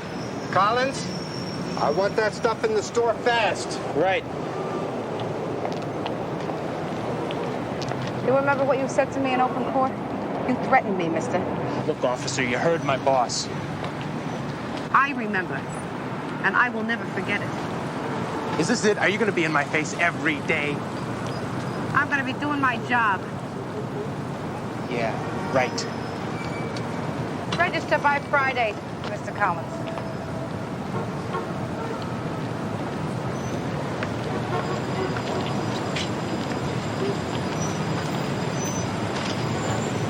Mansfield tried to kill me. And no matter how you want to look at it, Lieutenant, they're going to give him a prize for it. Everybody in this job is a target, Cagney. And we didn't make the deal. The feds are trading him up. Lopez is worth 10 Mansfields to them. Well, you could file a protest or bring some heat. Maybe we could turn this thing around. Let's say, Cagney. Oh, look at that. Huh? Do you know how many times I have tried to get one to look like this with a regular omelet pan? And look at this. It's 3 kinds of cheese. Wow. Go ahead, Cagney. Go ahead, try. Oh, thank you, Lieutenant. I wonder what they're serving Mansfield for breakfast at that palace the feds call a lockup. Tell me something. You go around your place, busting up the furniture every time the sun doesn't shine, Sergeant? We had a strong case against Mansfield with the attempted murder charge. Yeah, sure. And I was going to call you and Lacey in this morning to congratulate you on the good work. All of which is for nothing. Mary Beth, Lauren has a set of Dom's Donkey books that she used to love when she was Alice's age. Now, they're washable, but you never know how people feel about used things for their children. Oh, Marcus, that's so sweet. Harvey and I would love it. I'm sure she'll love it. Thank you. That's lovely. Okay. How are you doing, Mary Beth? I'm okay. I'm here if you want to talk. Is this about Collins? Yeah, it's been on my mind. Thank you, Marcus.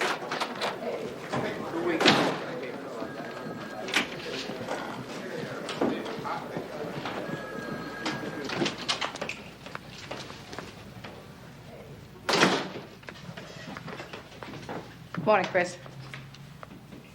God, I hate the lights in here. I feel like a coal miner. You got a comb? You know, just once, I would like a case to turn out the way I want it to. We ought to be used to it by now. Just kills me. Everybody goes around shaking their head, shrugging their shoulders, saying, there, there, there, there. That's the way it goes. Uh-huh. Why is it everybody around me turns to butter when it's something I care about? Or even worse, they just jump to the other side. That's what they call female bonding, Christine. No, Mary Beth, this is what they call kvetching. So what about David? There's a specimen, huh? Mr. Dependable, Mr. Integrity. I've seen more guts on a violin. Chris, I know what things are going to be like around here until you face this. So why don't you go talk to him?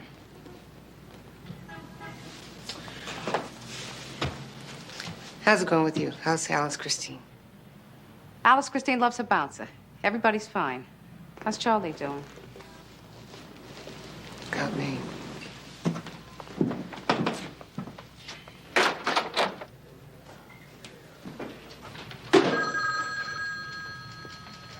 Yeah? What? Yes, she is. Say we treat ourselves. Go to Tony's for lunch. I can't. I'm gonna take some personal time. I'll be back around 2. You okay? Yeah, couldn't be better. Okay. Hey, see? Yes, sir. I got a parole officer named Kaufman on the phone. She's got a guy called Collins, a parolee in her office. Says that you saw him today.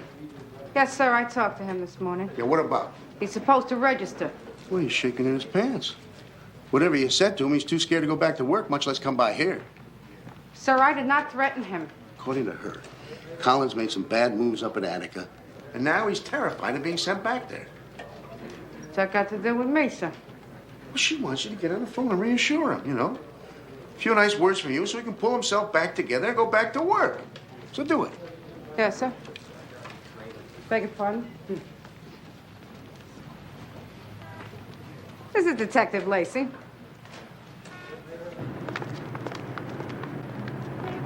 Haven't been shopping with us. We've been paying too much.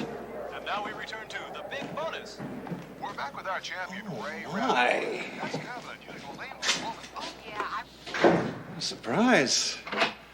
Fates have rewarded me by bringing us together in a room with a bed. Make yourself comfortable. No, thanks. Just seeing you locked up is comfort enough. It's a temporary condition. Would you like a drink? It's a joke. Again, a temporary inconvenience. I offer you a rain check. It's a tough one, Mansfield. Being here knowing you beat me again. It's a game you don't understand, Christine. May I call you Christine? No. Fair enough. You don't understand the game, so you don't play it well. In a sense, I think you peaked professionally when you were still in uniform. So where's it gonna be? Arizona? Florida? Someplace posh around L.A.? Well, the location is special. But the thing I like best about all of this is the business they're setting me up in. I'm tempted to give you some of the details. Lopez was a smart move. Big name at exactly the right time. I bet you even have 1 or 2 other names you might use. Oh, so that's what this is. You're looking for a name to take back to your lieutenant. You haven't been listening, Christine. A player never gives anything away unless the payoff is worthwhile. I'm outclassed here. You see right through me. Oh, going already? Yeah.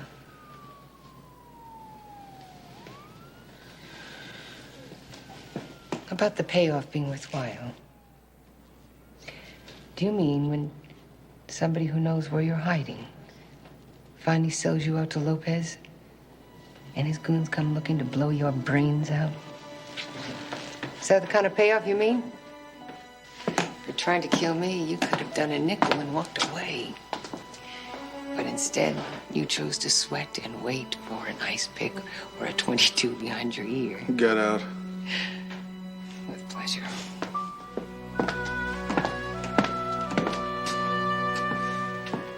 You're right, Mansfield. It isn't a game to me.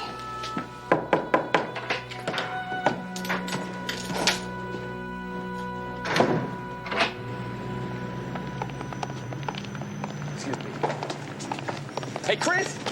Chris! Look, I'm glad it's over. Maybe we can talk now. We can go someplace and sit down and talk. Chris! Chris! Come on, Chris!